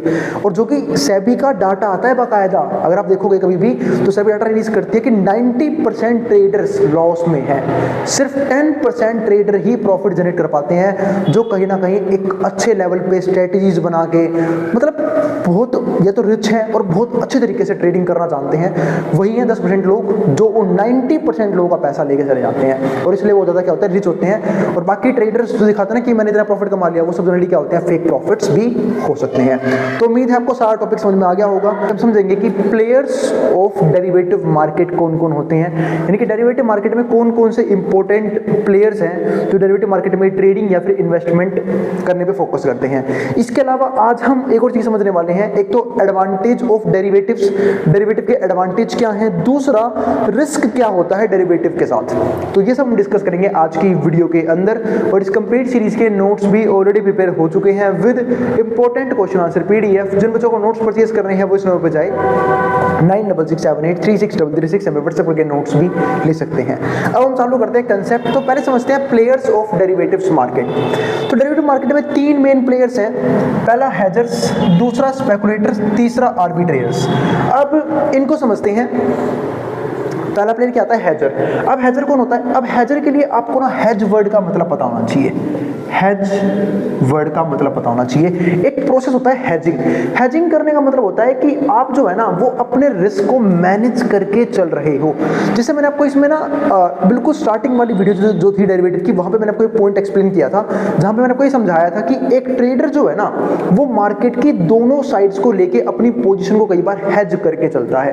फॉर एग्जांपल अगर मान लो मुझे मार्केट में लग रहा है कि मार्केट बढ़ने वाली है, तो अगर मैं ऑप्शन ट्रेडिंग की बात करूं तो मेरे को कॉल बाय करना चाहिए, क्योंकि कॉल बाय जो है ना उसका प्रीमियम जब बढ़ता है जब मार्केट क्या होता है, बढ़ती है, ठीक है। लेकिन एक मेरे अंदर डर भी है क्या कि कहीं मार्केट गिर गई तो मेरे साथ क्या होगा, तो मेरा नुकसान हो जाएगा। तो मैं क्या करूंगा, एक पुट और खरीद लूंगा, क्योंकि पुट जब खरीदते हैं जब मार्केट गिरने वाली होती है, ठीक है, तो हम पुट भी खरीद लेंगे और कॉल को ही बाय कर लेंगे। इसको बोलते हैं हेज करना। अपनी पोजीशन को हमने क्या कर लिया, हेज कर लिया है कि मतलब मार्केट ऊपर जाएगा जब भी मुझे प्रॉफिट होगा, नीचे आएगा जब भी मुझे प्रॉफिट होगा, ठीक है। लेकिन यहाँ पे एक बात और समझते हैं, पता है वो क्या, कि अगर मान लो भैया अगर मार्केट ऊपर आ रही है तो आपका कॉल में प्रॉफिट होगा, लेकिन पुट में तो नुकसान हो रहा होगा ना। सेम ऐसे ही अगर मैंने कॉल में अगर मान लेते हैं नुकसान हो रहा हो तो पुट मुझे प्रॉफिट दे रहा होगा, तो ऑन ओवर प्रॉफिट कहूँगा आपको। तो जब मुझे लगेगा मार्केट ने एक डायरेक्शन में मूवमेंट पकड़ ली है तो मैं एक जगह से एग्जिट कर जाऊंगा। तो ऐसे कुछ स्ट्रेटेजीज होती हैं जिसके जरिए हम जो है ना अपनी पोजीशन को हेज करके चलते हैं या फिर अपने रिस्क को मिनिमम करते हुए चलते हैं। इसको बोलते हैं हेजिंग करना। और ये कौन से होते हैं? इन ट्रेडर्स को बोलते हैं हेजर्स। दीज इंडिविजुअल्स और एंटाइटीज, तो ये जो इंडिविजुअल्स हों चाहे ये कोई एंटाइटीज हों, such as businesses, farmers, investors, employ derivatives to manage और मिटिगेट देयर एक्सपोजर। ये क्या करना चाहते हैं? ये या तो अपने एक्सपोजर को मैनेज करना चाहते हैं या फिर अपने एक्सपोजर को मिटिगेट यानी कि कम से कम करना चाहते हैं to fluctuations in the price of an underlying asset, ताकि जो फ्लक्चुएशंस है ना उससे खुद को बचा सकें। क्योंकि आप सब जानते हैं भाई जो एसेट की वैल्यू है, एसेट का जो प्राइस है वो लगातार फ्लक्चुएट करते रहेंगे, कभी बढ़ेंगे कभी घटेंगे। उस चीज से मैनेज करने के लिए अपनी पोजीशंस जो उन्होंने बनाई है उसको हेज करके चलते हैं। ठीक है, इसके बाद क्या आता है? तो in an underlying asset by utilising derivatives hedgers aim to minimise risk. Hedger का सबसे इंपॉर्टेंट काम क्या होता है कि अपने रिस्क को मुझे क्या रखना है? मिनिमम रखना है। ठीक है, ताकि मैं अपने रिटर्न्स को मैक्सिमम कर पाऊं। And stabilize their financial position, और अपने फाइनेंशियल पोजीशन को स्टेबलाइज कर सकते हैं। जैसे मैंने आपको एग्जांपल दिया, पता है आपको इस एग्जांपल में कई बार इन ट्रेडर्स का नुकसान भी होता है। पता है किस केस में? देखो, अगर कॉल और पुट दोनों बाय कर रखे हैं लेकिन मान लो मार्केट साइडवेज चले जाए। साइडवेज का मतलब क्या होता है कि मार्केट कोई मोमेंटम दिखाए ही ना, तो ना तो ऊपर की तरफ ना नीचे की तरफ। तो ऐसे केसेस में कॉल की वैल्यू भी गिर जाती है और पुट की वैल्यू भी गिर जाती है। क्योंकि अगर आपने ऑप्शंस को समझा तो आपको पता होगा, एक होता है टाइम डीके। टाइम डीके मतलब क्या होता है कि प्रीमियम जैसे जैसे टाइम करीब आता है ना और टाइम बीतता हुआ चला जाता है, प्रीमियम कम होना शुरू हो जाता है। तो अगर मार्केट साइडवेज जा रही है तो कॉल का जो प्रीमियम वो भी कम हो जाएगा और पुट में भी क्या होगा? नुकसान होगा। तो ऐसा कई बार देखने को मिलता है इस हेज की पोजीशन में। लेकिन हम हेज करके चलते ही इसलिए ताकि हम अपनी पोजीशन को या फिर अपने रिस्क को मिनिमम रख पाएं। ठीक है, तो जनरली केस में इन स्ट्रेटजीज को हम यूज करते हैं हेजिंग के अंदर। और ये लोग जो भी लोग इन स्ट्रेटजी को यूज करते हैं उसको क्या बोलते हैं? हेजर्स बोल के चलते हैं। दूसरे कौन होते हैं? स्पेकुलेटर्स। अब बात भी है, ये स्पेकुलेटर कौन होते हैं? स्पेकुलेटर काम करते हैं मार्केट को स्पेकुलेट करने का, यानी कि स्पेकुलेशन का काम होता है इनका कि मार्केट जो है वो कैसे रिएक्ट करने वाली है, प्राइसेस ऊपर की तरफ जाने वाले हैं या प्राइसेस नीचे की तरफ आने वाले हैं। दोनों चीज देखते हैं ये लोग। अब जब हम बात करते हैं प्राइसेस की, तो स्पेकुलेटर जो है ना वो डाटा को स्टडी करके ये चीज चेक करता है कि डाटा के हिसाब से मार्केट जो है वो क्या पोजिशन लेने वाली है, मार्केट अब वापस ऊपर की तरफ मूवमेंट दिखाने वाली है, वापस नीचे आने वाली है। तो traders who engage in the derivative market, वो ट्रेडर जो डेरिवेटिव मार्केट में इन्वॉल्व रहते हैं, primarily to capitalize on price movement. तो वो मेन फोकस किस पे करते हैं? प्राइस मूवमेंट्स पे फोकस करते हैं इन द अंडरलाइंग एसेट। जो भी अंडरलाइंग एसेट्स है उसको लेके are refer to as speculator. तो उसको क्या बोलते हैं? स्पेकुलेटर बोलते हैं। यानी कि जब वो प्राइस के हिसाब से रिएक्ट करते हैं कि प्राइस बढ़ने वाला है या प्राइस कम होने वाला है, तो ऐसे ट्रेडर्स को हम क्या बोलते हैं? स्पेकुलेटर्स बोलते हैं। While they may not vested interest in the underlying asset itself, ठीक है, तो वो कहीं ना कहीं वो डायरेक्ट उस एसेट में इन्वॉल्व नहीं होते हैं, अपना इंटरेस्ट नहीं दिखाते हैं। Speculators are willing to assume risk in pursuit of potential profits from price fluctuations. तो जो स्पेकुलेटर है वो रिस्क इसलिए लेते हैं ताकि वो जो प्राइस को ट्रेड कर पाए, यानी कि वो प्राइस फ्लक्चुएशंस को ट्रेड करते हैं कि प्राइस जो है वो ऊपर जाने वाला है या प्राइस नीचे जाने वाला है। कई बार हम जो है ना स्पेकुलेटर को एक तरह से यही बोल देते हैं कि वो तुक्के मार रहे हैं। फॉर एग्जांपल जनरली स्पेकुलेटर ये भी करते हैं, वो ये देखते हैं कि मार्केट जो है ना वो काफी गिर चुकी है, काफी दिनों से बहुत नीचे आ चुकी है, यानी कि अब यहाँ से मार्केट और नीचे नहीं जाएगी, और थोड़ा बहुत डाटा को स्टडी कर लेते हैं। उन्हें लगता है कि मार्केट यहाँ से ऊपर ही जाएंगी, तो वो जनरली उस केस में लॉन्ग ट्रेड ले लेते हैं। लॉन्ग ट्रेड का मतलब क्या होता है कि अब मार्केट यहाँ से और नीचे नहीं जाएगी, मार्केट ऊपर बढ़ने वाली है। और जनरली जब मार्केट बहुत ऊपर जा चुकी होती है तो स्पेकुलेटर क्या सोचते हैं कि अब जो है मार्केट बहुत बढ़ चुकी है, ठीक है, स्टॉक्स के प्राइस बहुत भाग चुके हैं, इससे ज्यादा तो मार्केट नहीं भागेगी, ठीक है। तो वो वहां से क्या करते हैं, कुछ टाइम वेट करते हैं, फिर कुछ डाटा को स्टडी करते हैं और फिर वहां से शॉर्ट कर देते हैं मार्केट को, इनके मार्केट जो है वो गिरने वाली है, ठीक है। तो इस तरीके से जो स्पेकुलेटर्स है ना वो रिएक्ट करते हैं। इसके बाद तीसरा पॉइंट क्या आता है हमारे पास यहाँ पे, ट्रेडर्स, अब ये समझते हैं, ये एक वर्ड बना हुआ है आर्बिट्रेज से, ठीक है, इसे समझते हैं। अब ये क्या करते हैं, तो ये ट्रेडर जो है ना, जो प्राइस में थोड़ी बहुत डिस्पैरिटीज होती है ना, उसके बीच में प्रॉफिट कमाने की कोशिश करते हैं, तो वही समझते हैं। तो these traders seek to exploit pricing disparities, यानी कि प्राइस में जो भी डिस्पैरिटीज है या फिर इनएफिशिएंसी है किसी स्टॉक के प्राइस में अक्रॉस रिलेटेड मार्केट्स और डेरिवेटिव, मार्केट में या फिर डेरिवेटिव कॉन्ट्रैक्ट्स में, टू जनरेट प्रॉफिट, तो ये वहां से प्रॉफिट जनरेट करते हैं। यानी कि जो भी गैप है, जो भी डिस्पैरिटीज है, ठीक है, या फिर हम ये भी कह सकते हैं कि जो भी इनएफिशिएंसीज है मार्केट के अंदर, उसको कवर करते हुए ये लोग प्रॉफिट जनरेट अपना करते हैं।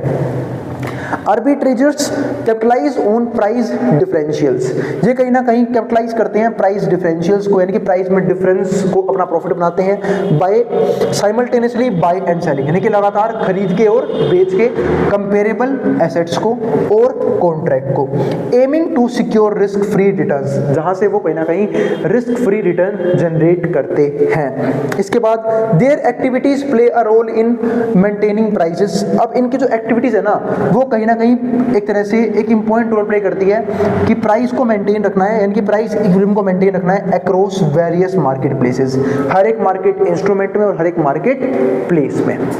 तो ये तीन हमारे पास मेन प्लेयर्स आए जो डेरिवेटिव मार्केट में एक मोस्ट इंपॉर्टेंट रोल प्ले करते हैं। इसके बाद अगला पॉइंट क्या आता है, advantages and risk associated with derivative market, यानी कि क्या क्या फायदे हैं डेरिवेटिव मार्केट में ट्रेडिंग करने के, इन्वेस्टमेंट करने के, और कौन कौन से रिस्क इन्वॉल्व रहते हैं डेरिवेटिव मार्केट के अंदर, वो अब हम डिस्कस करते हैं। पहले फटाफट डिस्कस करते हैं हम यहाँ पे एडवांटेज ऑफ डेरिवेटिव। डेरिवेटिव के अंदर कौन कौन से एडवांटेज होते हैं, तो पहला क्या होता है, रिस्क मैनेजमेंट। रिस्क मैनेजमेंट, जब हम रिस्क मैनेजमेंट की बात करते हैं, इसको हम कई बार ना ध्यान रखना रिस्क एलोकेशन भी बोलते हैं। क्या बोलते हैं, रिस्क एलोकेशन। मतलब रिस्क एलोकेशन का मतलब क्या होता है, यानी कि हमने अपने रिस्क को मल्टीपल एसेट्स में डिवाइड कर दिया। जैसे हम सब जानते हैं कि डेरिवेटिव में हमारे पास एक चीज नहीं है ट्रेड करने के लिए, हम पहले पढ़ के आए हैं, हमारे पास ऑप्शंस है, हमारे पास फ्यूचर है, हमारे पास स्वैप है, ठीक है, इसके अलावा हमारे पास कमोडिटी है ट्रेड करने के लिए, हमारे पास बॉन्ड्स है ट्रेड करने के लिए, इंडेक्स है ट्रेड करने के लिए, अलग अलग स्टॉक्स है ट्रेड करने के लिए, यानी कि इतने सारे इंस्ट्रूमेंट है ना डेरिवेटिव में ट्रेड करने के लिए। हमारे पास करेंसी भी है ट्रेड करने के लिए, तो जिसकी वजह से क्या होता है, हम अपनी ट्रेडिंग स्ट्रेटजी को, जिसमें हमें अच्छा लगेगा, हम वहाँ पे ट्रेडिंग स्ट्रेटजी अपना सकते हैं, यानी कि जो हमारे लिए सुटेबल होगी, यानी कि जो भी एक पर्सन के लिए, एक एंटाइटी के लिए सुटेबल होगी, वो उस कमोडिटी के अंदर, वो उस करेंसी के अंदर, उस स्टॉक के अंदर, ठीक है, ट्रेड कर सकते हैं, जिससे क्या होता है, उनका रिस्क जो है वो एलोकेट हो जाता है। क्योंकि हम सब जानते हैं जब भी हम एक साथ मल्टीपल एसेट्स में डील कर रहे होते हैं, ट्रेड कर रहे होते हैं, तो हमारा जो रिस्क है वो क्या हो जाता है, डाइवर्सिफाई हो जाता है, जिसकी वजह से अगर मान लो कुछ एसेट्स में हमें अगर लॉस हो भी रहा है, तो बाकी एसेट से आए हुए प्रॉफिट उस लॉस को कवर कर सकते हैं। इसी को बोलते हैं रिस्क मैनेज करना या फिर रिस्क एलोकेट करना। यहाँ पे मैं एक चीज और समझाना चाहूंगा, वो चीज है risk reward ratio. Generally traders और इन्वेस्टर्स अपना रिवॉर्ड ज्यादा रखते हैं रिस्क से, यानी कि सपोज करते हैं अगर वो कहीं पे 1 रुपए खो रहे हैं, तो वो कोशिश करते हैं या तो 1:2, यानी कि 1 रुपए खो 2 रुपए कम से कम गेन होना चाहिए, या फिर 1:3। सबसे खराब रिस्क रिवॉर्ड रेशियो होता है 1:1 का, कि मैं 50% चांस है कि मैं पैसे को हार जाऊंगा और 50% ही मुझे क्या चांस है कि मुझे पैसा वापस मिल जाएगा या फिर मैं गेन कर लूंगा। लेकिन ये 1:2 और ये 1:3 काफी अच्छा रिस्क रिवॉर्ड रेशियो होता है, जहां पे रिस्क कम होता है, रिवॉर्ड ज्यादा होते हैं। तो इस तरीके से हम जो है रिस्क को मैनेज करते चलते हैं डेरिवेटिव्स के अंदर, यानी कि डेरिवेटिव हमें रिस्क मैनेजमेंट के लिए और रिस्क एलोकेशन के लिए अच्छे टूल्स प्रोवाइड करता है। इसके अलावा अच्छे एसेट्स और इंस्ट्रूमेंट प्रोवाइड करता है, जिसके जरिए हम अपने रिस्क को अच्छे तरीके से मैनेज कर सकते हैं। इसके बाद दूसरा पॉइंट हमारे पास यहाँ पे क्या आता है, प्राइस डिस्कवरी। अब समझते हैं प्राइस डिस्कवरी को। जब हम बात करते हैं किस चीज की, प्राइस डिस्कवरी की, तो प्राइस डिस्कवरी का मतलब क्या होता है कि कहीं ना कहीं प्राइस मैकेनिज्म काम करता है। जब हम मार्केट में अलग चीजें देखते हैं तो उसके जरिए प्राइस को समझ सकते हैं कि कैसे डिमांड और सप्लाई किसी भी इंस्ट्रूमेंट की, किसी भी एसेट की प्राइस को इन्फ्लुएंस करती है, और कैसे प्राइस को डिस्कवर किया जाता है डेरिवेटिव्स के अंदर। जो अलग अलग इंस्ट्रूमेंट जो है ना, वो प्राइस को प्राइस को डिस्कवर करने में हेल्प करते हैं। इसके बाद तीसरा पॉइंट और बहुत इंपॉर्टेंट पॉइंट, लेवरेज लेकिन डिसएडवांटेज वही पढ़ने को मिलेगा आपको, क्योंकि मैंने जब आपको लेवरेज पढ़ाया था पिछली वीडियो में, मैंने आपको एक चीज समझाई थी, लेवरेज का मतलब क्या होता है, एक छोटे से अमाउंट पे, छोटे से इन्वेस्टमेंट अमाउंट से या फिर छोटे से ट्रेडिंग अमाउंट से एक ज्यादा अमाउंट की ट्रेडिंग कर लेना। जैसे फॉर एग्जांपल अगर मान लो कोई स्टॉक या फिर कोई ब्रोकर आपको 5x की लेवरेज दे रहा है, इसका मतलब मैं 1 लाख रुपए से 5 लाख की ट्रेडिंग कर सकता हूं और मुझे प्रॉफिट भी 5 लाख के ऊपर मिलेगा, तो ये तो मेरे फायदे वाली बात है। लेकिन भाई रिस्क भी तो इन्वॉल्व है, अगर मुझे लॉस हो गया तो मुझे 5 लाख का वो लॉस भी पे करना पड़ेगा। सपोज करते हैं, एग्जांपल लेता हूं मैं यहां से, मान लेते हैं 1 लाख रुपए से मैं ट्रेड कर रहा हूं, मेरे पास तो खुद का 1 लाख रुपए है ना, लेकिन लेवरेज कितने की मिली, 5 लाख की, 5 लाख की लेवरेज मिलती है। मान लेते हैं 10% का लॉस होता, अगर 10% का लॉस है, 10% का प्रॉफिट है, तो प्रॉफिट भी मैं इस पे कमाऊंगा, इस 5 लाख पे। 5 लाख का 10% कितना होता है, 50,000 रुपए, यानी कि मैंने 1 लाख कितना बढ़ा दिया, 1.5 लाख रुपए। लेकिन वही सोचो अगर 5 लाख रुपए पे मुझे 10% का लॉस होता है तो मेरा आधा अकाउंट खाली हो जाएगा। मेरे पास 1 लाख रुपए थे, अब मात्र 50,000 रुपए बचेंगे। एक चीज और समझो, अगर मान लो गलती से 20% का लॉस हो गया, पूरा अकाउंट खत्म, और अगर उससे ज्यादा लॉस हो गया तो मुझे अपनी जेब से पैसा भरना पड़ेगा। तो ये चीज होती है लेवरेज।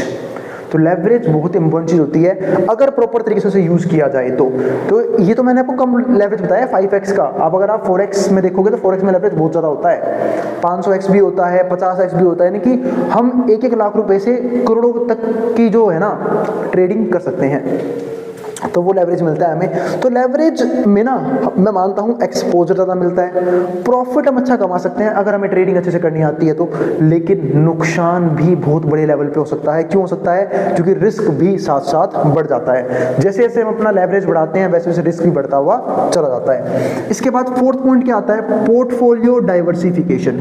जब पोर्टफोलियो डाइवर्सिफिकेशन की बात करते हैं, मैंने आपको पहले पॉइंट में ही समझाया था कि रिस्क एलोकेट क्यों होता है, क्योंकि पोर्टफोलियो के अंदर हम जो है मल्टीपल एसेट्स या फिर मल्टीपल इंस्ट्रूमेंट में अपने पैसे को डाल सकते हैं, जिसके जरिए हम जो है ट्रेडिंग ज्यादा अमाउंट में कर सकते हैं। तो वो चीज यहाँ पे है पोर्टफोलियो डाइवर्सिफिकेशन, यानी कि हम जो है वो अलग अलग, जैसे कुछ पैसा कमोडिटी में लगा दिया, कुछ पैसा हमने बॉन्ड्स में लगा दिया, कुछ पैसा इंडेक्स में लगा दिया, कुछ पैसा स्टॉक्स में लगा दिया, ऐसे करके हम जो है ना अलग अलग इंस्ट्रूमेंट में पैसे को लगा के अपने पोर्टफोलियो को डाइवर्सिफाई कर सकते हैं, ताकि हम एक अच्छा रिस्क मैनेज कर सकें और अपना पोर्टफोलियो बेहतर बना पाएं।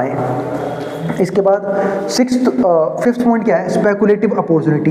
भाई स्पेकुलेशन की अपॉर्चुनिटी मिलती है जब हम अलग अलग डाटा को स्टडी करते हैं स्टॉक मार्केट में, तो पता लगता है कि प्राइस में किस किस लेवल पे फ्लक्चुएशंस आने वाले हैं, फ्यूचर में प्राइस बढ़ेगा या फ्यूचर में प्राइस कम हो जाएगा, इन सब का बेनिफिट हमें मिलता है किसके जरिए, इस पॉइंट के जरिए स्पेकुलेशन अपॉर्चुनिटी मिलती है हमें डेरिवेटिव्स के अंदर, जिसके जरिए हम जो है वो फ्यूचर में क्या होने वाला है उसका हल्का फुल्का डाटा के अकॉर्डिंग प्रेडिक्ट कर सकते हैं और फ्यूचर ट्रेड ले सकते हैं। तो स्पेकुलेशन अपॉर्चुनिटी मिल गई। तो ये सब क्या है, एडवांटेज है डेरिवेटिव्स के अंदर। अब समझते हैं risk associated with derivative. Derivative के अंदर कौन कौन से रिस्क वाले पॉइंट भी होते हैं, एक एक करके देखते हैं। पहला लेवरेज रिस्क, अभी आपको मैं समझा के आया कि लेवरेज सिर्फ हमें प्रॉफिट ही नहीं देता, हमें एक्सपोजर ही नहीं देता, कई बार रिस्क भी इन्वॉल्व हो जाता है, क्योंकि हम कई बार लेवरेज इतना ज्यादा अमाउंट में ले लेते हैं कि हमारा पूरा अकाउंट वाइप ऑफ हो जाता है, यानी कि खत्म हो जाता है। ठीक है, हमारा पूरा जो बैलेंस है वो खत्म हो जाता है, और कई बार तो नेगेटिव बैलेंसेस भी शो हो रहे होते हैं डीमैट अकाउंट में, फिर हमें बैंक अकाउंट से पेमेंट भी करनी पड़ती है। तो लेवरेज एक इंपॉर्टेंट रिस्क भी है। तो इसलिए ट्रेडर ध्यान रखते हैं कि लेवरेज जो है ना वो एक आइडियल अमाउंट में ही लेना है जितना रिस्क हम झेल सकते हैं, क्योंकि जितना लेवरेज बढ़ाएंगे रिस्क भी साथ साथ उतना ही बढ़ता चला जाएगा। इसका मतलब एक तरह से मैं ये कह सकता हूँ कि हम लोग उधार पे ट्रेड कर रहे हैं। इस बात का मतलब यही है ना कि भाई मेरे पास 1 लाख रुपए हैं और मैं 5 लाख का ट्रेड ले रहा हूँ, इसका मतलब मैंने 4 लाख मैंने ब्रोकर से उधार लिए हैं, और अगर वो उधार लिया और पैसा डूब गया तो मुझे अपनी जेब से भरना पड़ेगा। तो वही चीज यहाँ पे है, तो रिस्क भी इन्वॉल्व होता है लेवरेज के अंदर। दूसरा पॉइंट क्या आता है, counter party risk. Counter party risk मैंने आपको समझाया तो ऑप्शन ट्रेडिंग में जहां पे एक पार्टी के पास क्या होता है, ओब्लिगेशन होता है, दूसरे के पास नहीं होता। लेकिन मान लो अगर बंदा जिसके पास ओब्लिगेशन है वो फेल हो गया पेमेंट करने में, इसका मतलब क्या है कि नुकसान हो जाएगा दूसरी पार्टी का। वही चीज यहाँ पे है। Derivative contracts often involve agreements between parties. By derivative contract में पार्टीज के बीच में क्या होता है, एग्रीमेंट होता है। एक्सपोजिंग पार्टिसिपेंट, जहां पे वो पार्टिसिपेंट को एक्सपोज करते हैं टू काउंटर पार्टी रिस्क, ताकि रिस्क को कवर कर सकें। If one party fails to fulfil its obligation, अगर एक पार्टी ऑब्लिगेशन फुलफिल करने में फेल हो गई, द अदर पार्टी में इनकर लॉसेस, दूसरी पार्टी को भी लॉसेस यहाँ पे हो सकते हैं। इसके बाद मार्केट में किस तरह का रिस्क रहता है वो देखते हैं। Derivative prices are influenced by movements in underlying asset prices, यानी कि जब भी एसेट प्राइस में चेंज आएगा तो कहीं ना कहीं जो मूवमेंट है डेरिवेटिव के प्राइस में वो भी हमें देखने को मिलेगा। डेरिवेटिव का प्राइस ही फ्लक्चुएट होगा, ठीक है, जिसकी वजह से हो कह सकता है कि मार्केट में रिस्क इन्वॉल्व होता है, यानी कि हम जो है वो प्राइस को पूरे तरीके से ना डिटरमाइन नहीं कर सकते, यानी कि एसेट के प्राइस भी अफेक्ट करते हैं, इंटरेस्ट रेट भी अफेक्ट करते हैं और अदर मार्केट फैक्टर्स भी कहीं ना कहीं मार्केट में रिस्क क्रिएट करते हैं। इसके अलावा मार्केट वोलेटिलिटी भाई वही बढ़ती है। हम सब देखते हैं कि कई बार मार्केट में कुछ ऐसे इवेंट्स होते हैं, जैसे फॉर एग्जांपल बजट का इवेंट हो गया, या फिर मान लेते हैं कोई बिजनेस न्यूज आई, क्वार्टर्स के रिजल्ट आ रहे हैं, तो जिसकी वजह से क्या होता है मार्केट में वोलेटिलिटी बढ़ जाती है, मार्केट में प्राइसेस जो हैं वो बहुत ऊपर नीचे बहुत तेजी से हो जाए। फॉर एग्जांपल कोविड एक ऐसी सिचुएशन थी जहां पे मार्केट लगातार टूटता चला गया था, तो वही सेम चीज यहाँ पे है कि मार्केट में वोलेटिलिटी कभी भी बढ़ जाती है और वोलेटिलिटी केस में अच्छे खासे ट्रेडर्स को भी लॉस देखने को मिलता है। तो can lead to rapid price fluctuations, जिसकी वजह से प्राइस फ्लक्चुएशंस बहुत तेजी से होते हैं इन derivatives, resulting in unexpected gains और लॉसेस, जिसकी वजह से अनएक्सपेक्टेड हमें गेन देखने को मिलते हैं और लॉस देखने को मिलते हैं फॉर मार्केट पार्टिसिपेंट्स को। फोर्थ पॉइंट क्या है, लिक्विडिटी रिस्क। भाई लिक्विडिटी रिस्क भी एक इंपॉर्टेंट रिस्क है। मान लेते हैं कि कोई पर्टिकुलर इंस्ट्रूमेंट है या फिर कोई पर्टिकुलर एसेट है, डेरिवेटिव है, जहां पे लिक्विडिटी अवेलेबल नहीं है, तो ऐसे केस में वहां से पैसा निकालना बहुत मुश्किल होता है, क्योंकि लिक्विडिटी का मतलब ही क्या होता है, ऐसे एसेट जिसको हम तुरंत कैश में कन्वर्ट कर सकें। मैं आपको समझाता हूँ, कुछ ऐसे स्टॉक्स भी होते हैं जिनको लोग बोलते हैं पेनी स्टॉक। अगर आपने पढ़ा है तो पेनी स्टॉक का मतलब क्या होता है, बहुत सस्ते स्टॉक जो आपको 1 रुपये 2 रुपये कुछ पैसे के भाव में भी मिल जाएंगे। जो लोग सोचते हैं कि हमारा पैसा डबल कर देगा, क्योंकि 1 रुपये का 2 रुपये होना बहुत ईजी होता है, ठीक है। पर कई बार क्या होता है कि इन सब पे एनएससी की या फिर बीएससी की जो हमारी स्टॉक एक्सचेंज है उनकी खास नजर रहती है कि ये कहीं लोग स्कैम ना करें। तो ऐसे केसेस में पता दिक्कत क्या होती है, ऐसे केसेस में दिक्कत क्या होती है कि इनकी लिक्विडिटी में दिक्कत आती है कि बहुत जल्दी आपको इनके बायर्स भी नहीं मिलेंगे और बहुत जल्दी आपको इनके सेलर्स भी नहीं मिलेंगे। तो ऐसे केसेस में अपने पैसे को निकालना बहुत मुश्किल हो जाता है, यानी कि लैक सफिशिएंट लिक्विडिटी की होने की वजह से ये भी एक रिस्क बन जाता है कि हमारा पैसा उस पर्टिकुलर एसेट में अटक जाता है। इसके बाद रेगुलेटरी रिस्क यानी कि रेगुलेशन प्रॉपर तरीके से काम नहीं कर रही है। जैसे मान लेते हैं हमारे देश में, इंडिया में जो सेबी है वो करती है स्टॉक मार्केट को रेगुलेट करने का काम, लेकिन ये प्रॉपर तरीके से रेगुलेट नहीं कर रही है। इस बात का मतलब क्या है कि बहुत से ट्रेडर्स को बहुत बड़े लेवल पर नुकसान होने वाला है। या फिर मान लेते हैं कि कुछ पॉलिसी में चेंज कर दिया, रेगुलेशंस की पॉलिसी बदल दी, तो उसको लेके भी जो ट्रेडर्स हैं उनको नुकसान होता रहता है। तो बहुत सी दिक्कतें हैं जो हमें जहां पे रिस्क इन्वॉल्व होता है, किसमें, डेरिवेटिव सेक्शन में, स्टॉक मार्केट। अब हम शुरू करते हैं कंसेप्ट जहां पे हम बात कर रहे थे डेरिवेटिव्स के बारे में। आज हम ये समझेंगे कि चाहे वो हमारा प्राइमरी मार्केट हो चाहे वो हमारा सेकेंडरी मार्केट हो, दोनों के केसेस में प्राइसेस किस तरीके से डिटरमाइन किए जाते हैं, एक तो ये डिस्कस करने वाले हैं। दूसरा हम अलग अलग रिस्क को भी समझने वाले हैं अलग अलग मार्केट्स के अंदर। तो चलो शुरू करते हैं आज का टॉपिक, और उम्मीद है आप लोग डेरिवेटिव्स के हर एक टॉपिक को और हर एक वीडियो को टॉपिक वाइज ही कवर करते आ रहे हो, क्योंकि पुराने टॉपिक्स का और खासकर इंट्रोडक्शनल वीडियो का यूज आने वाले टॉपिक्स में जरूर होता है। अब देखते हैं तो टॉपिक का नाम क्या है, pricing and other analytical issues. तो एक तो हमें यहाँ पे बात करनी है प्राइसिंग के बारे में, दूसरा बात करनी है दूसरे एनालिटिकल इश्यूज के बारे में in the primary and derivative markets. एक तो प्राइमरी मार्केट के अंदर, दूसरा डेरिवेटिव्स मार्केट के अंदर। तो पहले समझते हैं pricing mechanism in primary market, कि प्राइसिंग मैकेनिज्म क्या होता है प्राइमरी मार्केट के अंदर। तो चलो देखते हैं। Pricing issues in primary market are fundamental to the process of bringing new securities। देखो हम सब जानते हैं, जब हमने डिस्कस किया था प्राइमरी मार्केट में और सेकेंडरी कैपिटल मार्केट में डिफरेंस, तो हमने समझा था कि प्राइमरी मार्केट वो मार्केट होती है, वो जगह होती है जहां पे पहली बार कोई इंस्ट्रूमेंट इशू किया जाता है, जहां पे पहली बार कोई इंस्ट्रूमेंट जो है वो मार्केट में इंट्रोड्यूस किया जाता है। जैसे फॉर एग्जाम्पल जब कोई भी कंपनी नई मार्केट में लिस्ट की जाती है तो उसका IPO लॉन्च किया जाता है, तो वो किसका टाइप बना, प्राइमरी मार्केट का। जैसे फॉर एग्जांपल अगर हम इनिशियल आईपीओ की बात करते हैं स्टार्टिंग में, तो हम रिलायंस इंडस्ट्री की बात कर सकते हैं, कोल इंडिया की बात कर सकते हैं, भारतीय एयरटेल की बात कर सकते हैं, जिन्होंने इनिशियल हमारे देश में एक अच्छे आईपीओ लॉन्च किए थे और आज अच्छी ग्रोथ भी कर रहे हैं। तो वही चीज हमारे पास यहाँ पे एक टॉपिक आता है कि जो प्राइसिंग मैकेनिज्म है वो कैसे प्राइमरी मार्केट में डिटरमाइन होता है।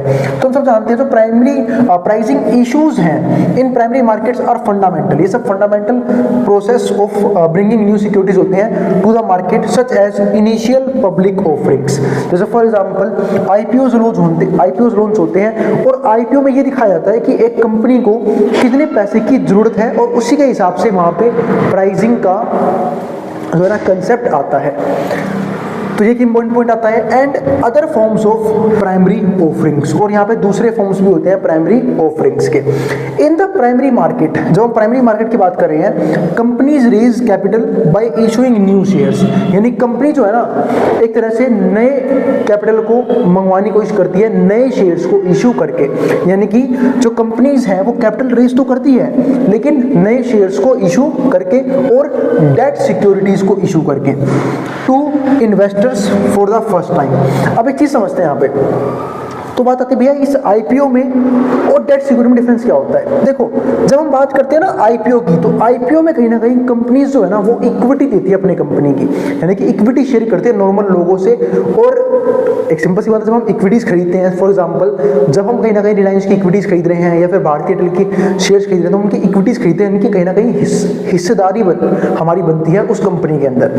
लेकिन जब हम डेट इंस्ट्रूमेंट की बात करते हैं या फिर डेट सिक्योरिटी की बात करते हैं, तो एक तरह से हम सिर्फ उधार देते हैं और बदले में उनसे क्या ले सकते हैं, इंटरेस्ट ले सकते हैं। लेकिन जब हम इक्विटी की बात करते हैं, तो जैसे जैसे कंपनी ग्रो करती है तो जो भी हमने शेयर ले रखा है उसके प्राइस भी ग्रो करते हैं, हमें डिविडेंड भी मिलते हैं, तो एक तरह से प्रॉफिट का हिस्सा भी मिलता है। तो हम जो है ना वो कहीं ना कहीं एक तरह से उस कंपनी की हर एक चीज के लिए क्या निभाते हैं, हिस्सेदारी निभाते हैं।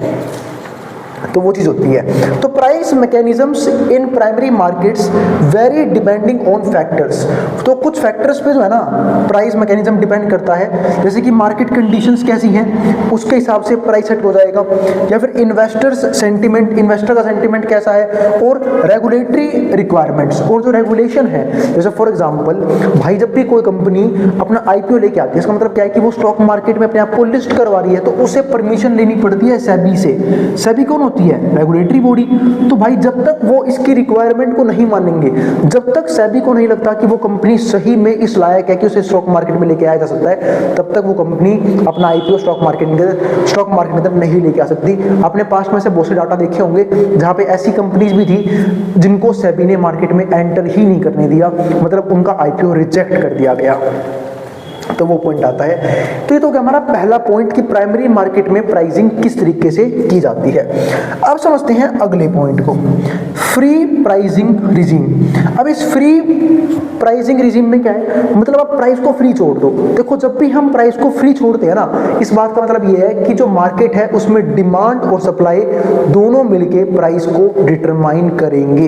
यानी कि डिमांड और सप्लाई का एक मोस्ट इंपोर्टेंट रोल सामने आता है फ्री प्राइसिंग रिजीम के अंदर। तो in a free pricing regime the price of securities, जो सिक्योरिटीज के प्राइस होते हैं इन प्राइमरी मार्केट के अंदर is determined by market forces of supply and demand. और हम सब जानते हैं जब डिमांड ज्यादा होती है, सप्लाई कम होती है तो प्राइस ऊपर चले जाते हैं, और जब सप्लाई ज्यादा होती है, डिमांड कम होती है तो प्राइस नीचे आ जाते हैं। तो यानी कि प्राइस जो है ना वो एक मोस्ट इंपोर्टेंट रोल प्ले करते हैं प्राइस को डिटरमाइन करने में। और ये सिर्फ स्टॉक मार्केट का खेल नहीं है, ये सिर्फ स्टॉक मार्केट एसेट्स के बारे में नहीं है। हम जनरल लेवल पे ये चीज देखते हैं कि डिमांड और सप्लाई जो है ना मार्केट फोर्सेस के अंदर क्या करते हैं, प्राइस को डिटरमाइन करते हैं। और मार्केट फोर्सेस यानी कि डिमांड और सप्लाई जहां पे इक्वल होते हैं वही होता है हमारा इक्विलिब्रियम प्राइस। इसके बाद अगला पॉइंट हमारे पास यहाँ पे क्या आता है, दूसरा पॉइंट बुक बिल्डिंग प्रोसेस। अब बात है बुक बिल्डिंग प्रोसेस क्या है वो समझते हैं। तो book building process is a mechanism, ये भी एक मैकेनिज्म है used to determine price of an IPO, जिसके जरिए हम एक आईपीओ का प्राइस डिटरमाइन कर सकते हैं। Under this process the issuer and underwriters invite bids, जहां पे वो बिड्स लगाते हैं from investors at various prices level, यानी कि जहां पे एक बोली लगाई जाती है कि भाई कौन उसे कितने लेवल पे, किस प्राइस लेवल पे खरीदना पसंद करता है। और हम सब जानते हैं कि जितनी भी लग्जरी चीज़ें होती हैं, फिर कुछ चीज़ें होती हैं, उनको ऑक्शन में निकाला जाता है, उनके ऊपर बिड लगाई जाती है और बिड के हिसाब से ही लोग उसे बाय करते हैं। और बिड के हिसाब से पता लगता है कि वो जो प्रॉपर्टी है या फिर वो जो भी चीज़ है, वो एसेट है, वो कितने प्राइस तक जा सकती थी, है ना। क्योंकि कोई भी पर्सन जो है ना, वो नुकसान में खरीदना उस चीज़ को पसंद नहीं करता, इसलिए जो है ना बिड उस चीज़ की एक्चुअल वर्थ को बताते हैं। तो उस चीज़ का हम यूज़ करते हैं बुक बिल्डिंग प्रोसेस। इसके बाद हमारे पास आता है नेक्स्ट पॉइंट, तीसरा point, IPO with green shoe option over allotment. अब ये समझते हैं IPO with green shoe option क्या होता है। तो अ ग्रीन शू ऑप्शन अलाउज अंडरराइटर्स, तो ये कहीं ना कहीं अंडरराइटर्स को अलाउ करते हैं to sell additional shares of investor, कि जो भी एडिशनल शेयर्स हैं इन्वेस्टर के पास उसको सेल कर दिया जाए if demand exceeds the initial offering. अगर डिमांड ज्यादा आ रही है तो, मतलब सपोज करो आईपीओ जो है वो कम शेयर्स इशू करना चाह रहा था, लेकिन एक्चुअल में डिमांड बहुत ज्यादा है, तो अंडरराइटर जो है ना वो क्या करते हैं, बाकी एडिशनल शेयर को भी सेल करने की कोशिश करते हैं डिमांड के ज्यादा होने की वजह से। दिस ऑप्शन प्रोवाइड्स फ्लेक्सिबिलिटी, जिसकी वजह से क्या होती है, फ्लेक्सिबिलिटी बिल्ड होती है to stabilize the stock price, ताकि स्टॉक प्राइस को स्टेबलाइज किया जा सके post IPO and meet excess demand, और एक्सेस डिमांड को जो है ना फुलफिल भी किया जा सके सप्लाई को इंक्रीज करके। अब इसके बाद अगला पॉइंट क्या आता है, ऑनलाइन आईपीओ प्राइमरी इश्यूज। अब देखो ऑनलाइन आईपीओ प्राइमरी इश्यूज मतलब क्या है कि आजकल आपने देखा होगा, आजकल आईपीओ जो है ना वो ऑनलाइन इश्यूज जो है हो जाते हैं, और हम सब जो है ना अपने डीमेट अकाउंट को यूज करके आईपीओज में इन्वेस्टमेंट जरूर कर सकते हैं, और हम लोग करते भी हैं बहुत बार आईपीओ में इन्वेस्टमेंट, अगर हमें लगता है कि वो आईपीओ जो है वो लॉन्च होते ही बिल्कुल धमाल मचाने वाला है ना। लेकिन कई बार जो लोगों को है ना बहुत भारी झटका भी लगता है जब आईपीओज फेल हो जाते हैं। ऐसे हमने बहुत सी बड़ी बड़ी कंपनीज देखी हैं जिनके आईपीओ फेल हुए हैं। तो वही चीज यहां पे है, मतलब पहला दिन ही होता है लिस्टिंग का और उसके स्टॉक प्राइस फटाफट क्रैश करना शुरू कर देते हैं। It refers to initial public offering. हम सब जानते हैं आईपीओ का मतलब क्या होता है, इनिशियल पब्लिक ऑफरिंग, यानी कि वो तरीका जिसके जरिए पहली बार लोगों से पैसा मंगाया जा रहा है। तो initial public offerings where subscription process, जहाँ पे क्या होता है, सब्सक्रिप्शन प्रोसेस फॉलो होता है and bidding are conducted electronically, और जो बिडिंग है वो इलेक्ट्रॉनिकली हो रही है थ्रू ऑनलाइन प्लेटफॉर्म्स। किसके जरिए, ऑनलाइन प्लेटफॉर्म्स के जरिए, ठीक है। तो एनालाइजिंग ऑनलाइन आईपीओ, अगर हम ऑनलाइन आईपीओ की बात करते हैं, अगर हमें ऑनलाइन आईपीओ को एनालाइज करना है, primary issues involve accessing the efficiency of online platform. तो पहले हमें एफिशिएंसी चेक करनी होगी ऑनलाइन प्लेटफॉर्म की, जिस प्लेटफॉर्म को हम यूज करके उस आईपीओ को लेने की कोशिश कर रहे हैं, क्या वो सही में एफिशिएंट है भी या नहीं है। इसके बाद इन्वेस्टर का पार्टिसिपेशन कैसा है उस आईपीओ के अंदर, अगर उसकी डिमांड बहुत ज्यादा है, इसका मतलब क्या है कि कहीं ना कहीं वो लिस्ट होने के बाद भी एक अच्छी परफॉर्मेंस करने वाला है। तो इन्वेस्टर का पार्टिसिपेशन कैसा है, सब्सक्रिप्शन लेवल क्या है उसका, मतलब भाई कितना पैसा देना पड़ेगा उस आईपीओ का पार्टनर बनने के लिए, उस आईपीओ खरीदने के लिए, वो एक इंपॉर्टेंट पार्ट बनता है। And post listing trading activity, और जैसे ही लिस्टिंग हुई उसकी ट्रेडिंग एक्टिविटी किस प्रकार से रहने वाली है। तो ये सब चीज़ें जो है ना कहीं आईपीओ के लिए समझना बहुत जरूरी होता है। और जब भी हम किसी भी आईपीओ में इन्वेस्ट करते हैं तो वो एक रिस्की इन्वेस्टमेंट भी होता है और एक अच्छी अपॉर्चुनिटी भी होती है कंपनी के अंदर इनिशियल इन्वेस्टमेंट करने की। लेकिन डिपेंड ये करता है कि वो आईपीओ कौन सी कंपनी लॉन्च कर रही है, उस कंपनी के फंडामेंटल्स कैसे हैं, वो कंपनी क्या एक्चुअल में प्रॉफिट कमा भी रही है नहीं कमा रही, क्या ग्रोथ कर सकती है नहीं कर सकती, बहुत सी चीज़ें देखनी पड़ती हैं एक आईपीओ में इन्वेस्ट करने से पहले। तो ये हमारे पास मेन कुछ फैक्टर सामने आए अब तक प्राइस मैकेनिज्म के बारे में। अब थोड़ा सा आगे समझते हैं price mechanism in derivatives market. अब बात करते हैं डेरिवेटिव मार्केट में की प्राइस कैसे डिटरमाइन किया जाता है। अब तक तो हमने सिर्फ प्राइमरी मार्केट की बात करी और खासकर प्राइमरी मार्केट में बात करें आईपीओ की, क्योंकि प्राइमरी मार्केट में हम पहली बार पैसा इन्वॉल्व करते हैं, यानी कि प्राइमरी मार्केट वो जगह है जहाँ पे कोई कंपनी पहली बार अपना फंड रेज करती है और उसका जनरली एक ही तरीका होता है, वो होता है आईपीओ। ठीक है, चलिए हमने उसकी बात कर ली। अब समझते हैं कि डेरिवेटिव मार्केट्स वो कैसे प्राइस को डिटरमाइन करते हैं, वहाँ पे कैसे प्राइस डिटरमाइन किया जाता है, जिसमें से पहला पार्ट क्या आता है, model based pricing. Model based pricing का मतलब क्या है, हम सब जानते हैं भाई बहुत सारे मैथमेटिकल मॉडल्स बनाए जाते हैं प्राइस को डिटरमाइन करने के लिए, चाहे वो मुझे फ्यूचर के प्राइस डिटरमाइन करने हैं, ऑप्शंस के प्राइस डिटरमाइन करने हैं, तो वो सब हम जो है ना उन मॉडल्स को यूज करके कर सकते हैं। तो मॉडल भी एक काफ़ी सुटेबल मेथड होता है, काफ़ी अच्छा मेथड होता है प्राइस को अगर हमें डिटरमाइन करना हो डेरिवेटिव डेरिवेटिव मार्केट के अंदर। दूसरा पॉइंट हमारे पास यहाँ पे क्या आता है, मार्केट ड्रिवन प्राइसिंग। कई बार मार्केट भी प्राइस को ड्रिवन करती है, कैसे? अपने डिमांड और सप्लाई को यूज करके, क्योंकि मार्केट के पास दो ही फोर्सेस हैं, डिमांड और सप्लाई, और डिमांड और सप्लाई के अकॉर्डिंग भी प्राइस को डिटरमाइन किया जाता है। उसको हम क्या बोलते हैं, मार्केट ड्रिवन प्राइसिंग, जिसको मैंने अभी आपको समझाया भी था कि अगर डिमांड ज़्यादा है तो प्राइस बढ़ते चले जाएंगे उस पर्टिकुलर एसेट के, और डिमांड कम है तो प्राइस गिरते चले जाएंगे। आज आपने देखा होगा कि जो जानी मानी कंपनीज हैं, इतनी टॉप की कंपनीज हैं, उनमें कभी भी लिक्विडिटी की दिक्कत क्यों नहीं आती? उनमें हमेशा डिमांड ज़्यादा रहती है, जिसकी वजह से उसका प्राइस ऊपर जाता रहता है। उन कंपनीज के फंडामेंटल काफ़ी अच्छे होते हैं, मार्केट जो कैपिटल होती है वो काफ़ी अच्छी होती है। उन चीज़ों की वजह से वो कंपनीज हमेशा ग्रो करती रहती हैं और साथ साथ उनके शेयर प्राइस भी ग्रो करते रहते हैं, जिसकी वजह से लगातार इन्वेस्टर्स उसमें अपना जो इंटरेस्ट है वो बनाए रखते हैं और इन्वेस्टमेंट करते रहते हैं। तो ये हो गए दो पॉइंट प्राइस मैकेनिज्म के बारे में, जिसमें हमारा मॉडल बेस्ड प्राइसिंग भी था और मार्केट ड्रिवन प्राइसिंग भी था। इसके बाद हमारे पास अगला पॉइंट हमारे यहाँ पे क्या आता है, analytical issues in primary markets. कि प्राइमरी मार्केट के केस में एनालिटिकल इश्यूज किस प्रकार के आते हैं, क्या होते हैं एनालिटिकल इश्यूज? उसमें क्या है कि भाई क्या मार्केट, हमें मार्केट एफिशिएंसी चेक करनी पड़ेगी, क्या मार्केट एफिशिएंट है या नहीं है। मार्केट एफिशिएंट यानी कि प्राइस प्रॉपर तरीके से दिख रहे हैं नहीं दिख रहे, ठीक है, डिमांड सप्लाई प्रॉपर तरीके से काम कर रही है नहीं कर रही, ट्रांसपेरेंसी कैसी है, फेयरनेस कैसी है, स्टेबिलिटी प्रॉपर तरीके से मेंटेन है या नहीं है। ये सब मार्केट एफिशिएंसी का पार्ट बनते हैं, क्योंकि अगर लोगों का भरोसा मार्केट से उठ गया तो लोग जो है एसेट्स में या फिर इन इंस्ट्रूमेंट्स में इन्वेस्ट करना बंद कर देंगे। इसके बाद दूसरा पॉइंट क्या आता है, रिस्क मैनेजमेंट, जिसकी बात मैंने प्रीवियस भी काफ़ी वीडियोस में की है डेरिवेटिव्स के अंदर, कि लोग जो हैं वो अपने रिस्क को मैनेज करना चाहते हैं ताकि रिस्क कम से कम रहे और रिवॉर्ड ज़्यादा से ज़्यादा रखा जाए, जिसके लिए जो लोग हैं ना वो हमेशा अलग अलग एसेट्स में इन्वेस्टमेंट करते हैं, यानी कि अपने पोर्टफोलियो को डाइवर्सिफाई करके चलते हैं। कुछ पैसा कोमोडिटी में लगा दिया, कुछ स्टॉक्स में लगा दिया, कुछ इंडेक्स में लगा दिया, ठीक है। इसके अलावा कुछ हम कहाँ लगा सकते हैं, डेट फंड्स में लगा दिया, कुछ बॉन्ड्स में लगा दिया। ऐसे करके लोग जो है ना वो डिफरेंट एसेट्स को लेके अपने पोर्टफोलियो को डाइवर्सिफाई करते हुए अपने रिस्क को मैनेज करते हैं।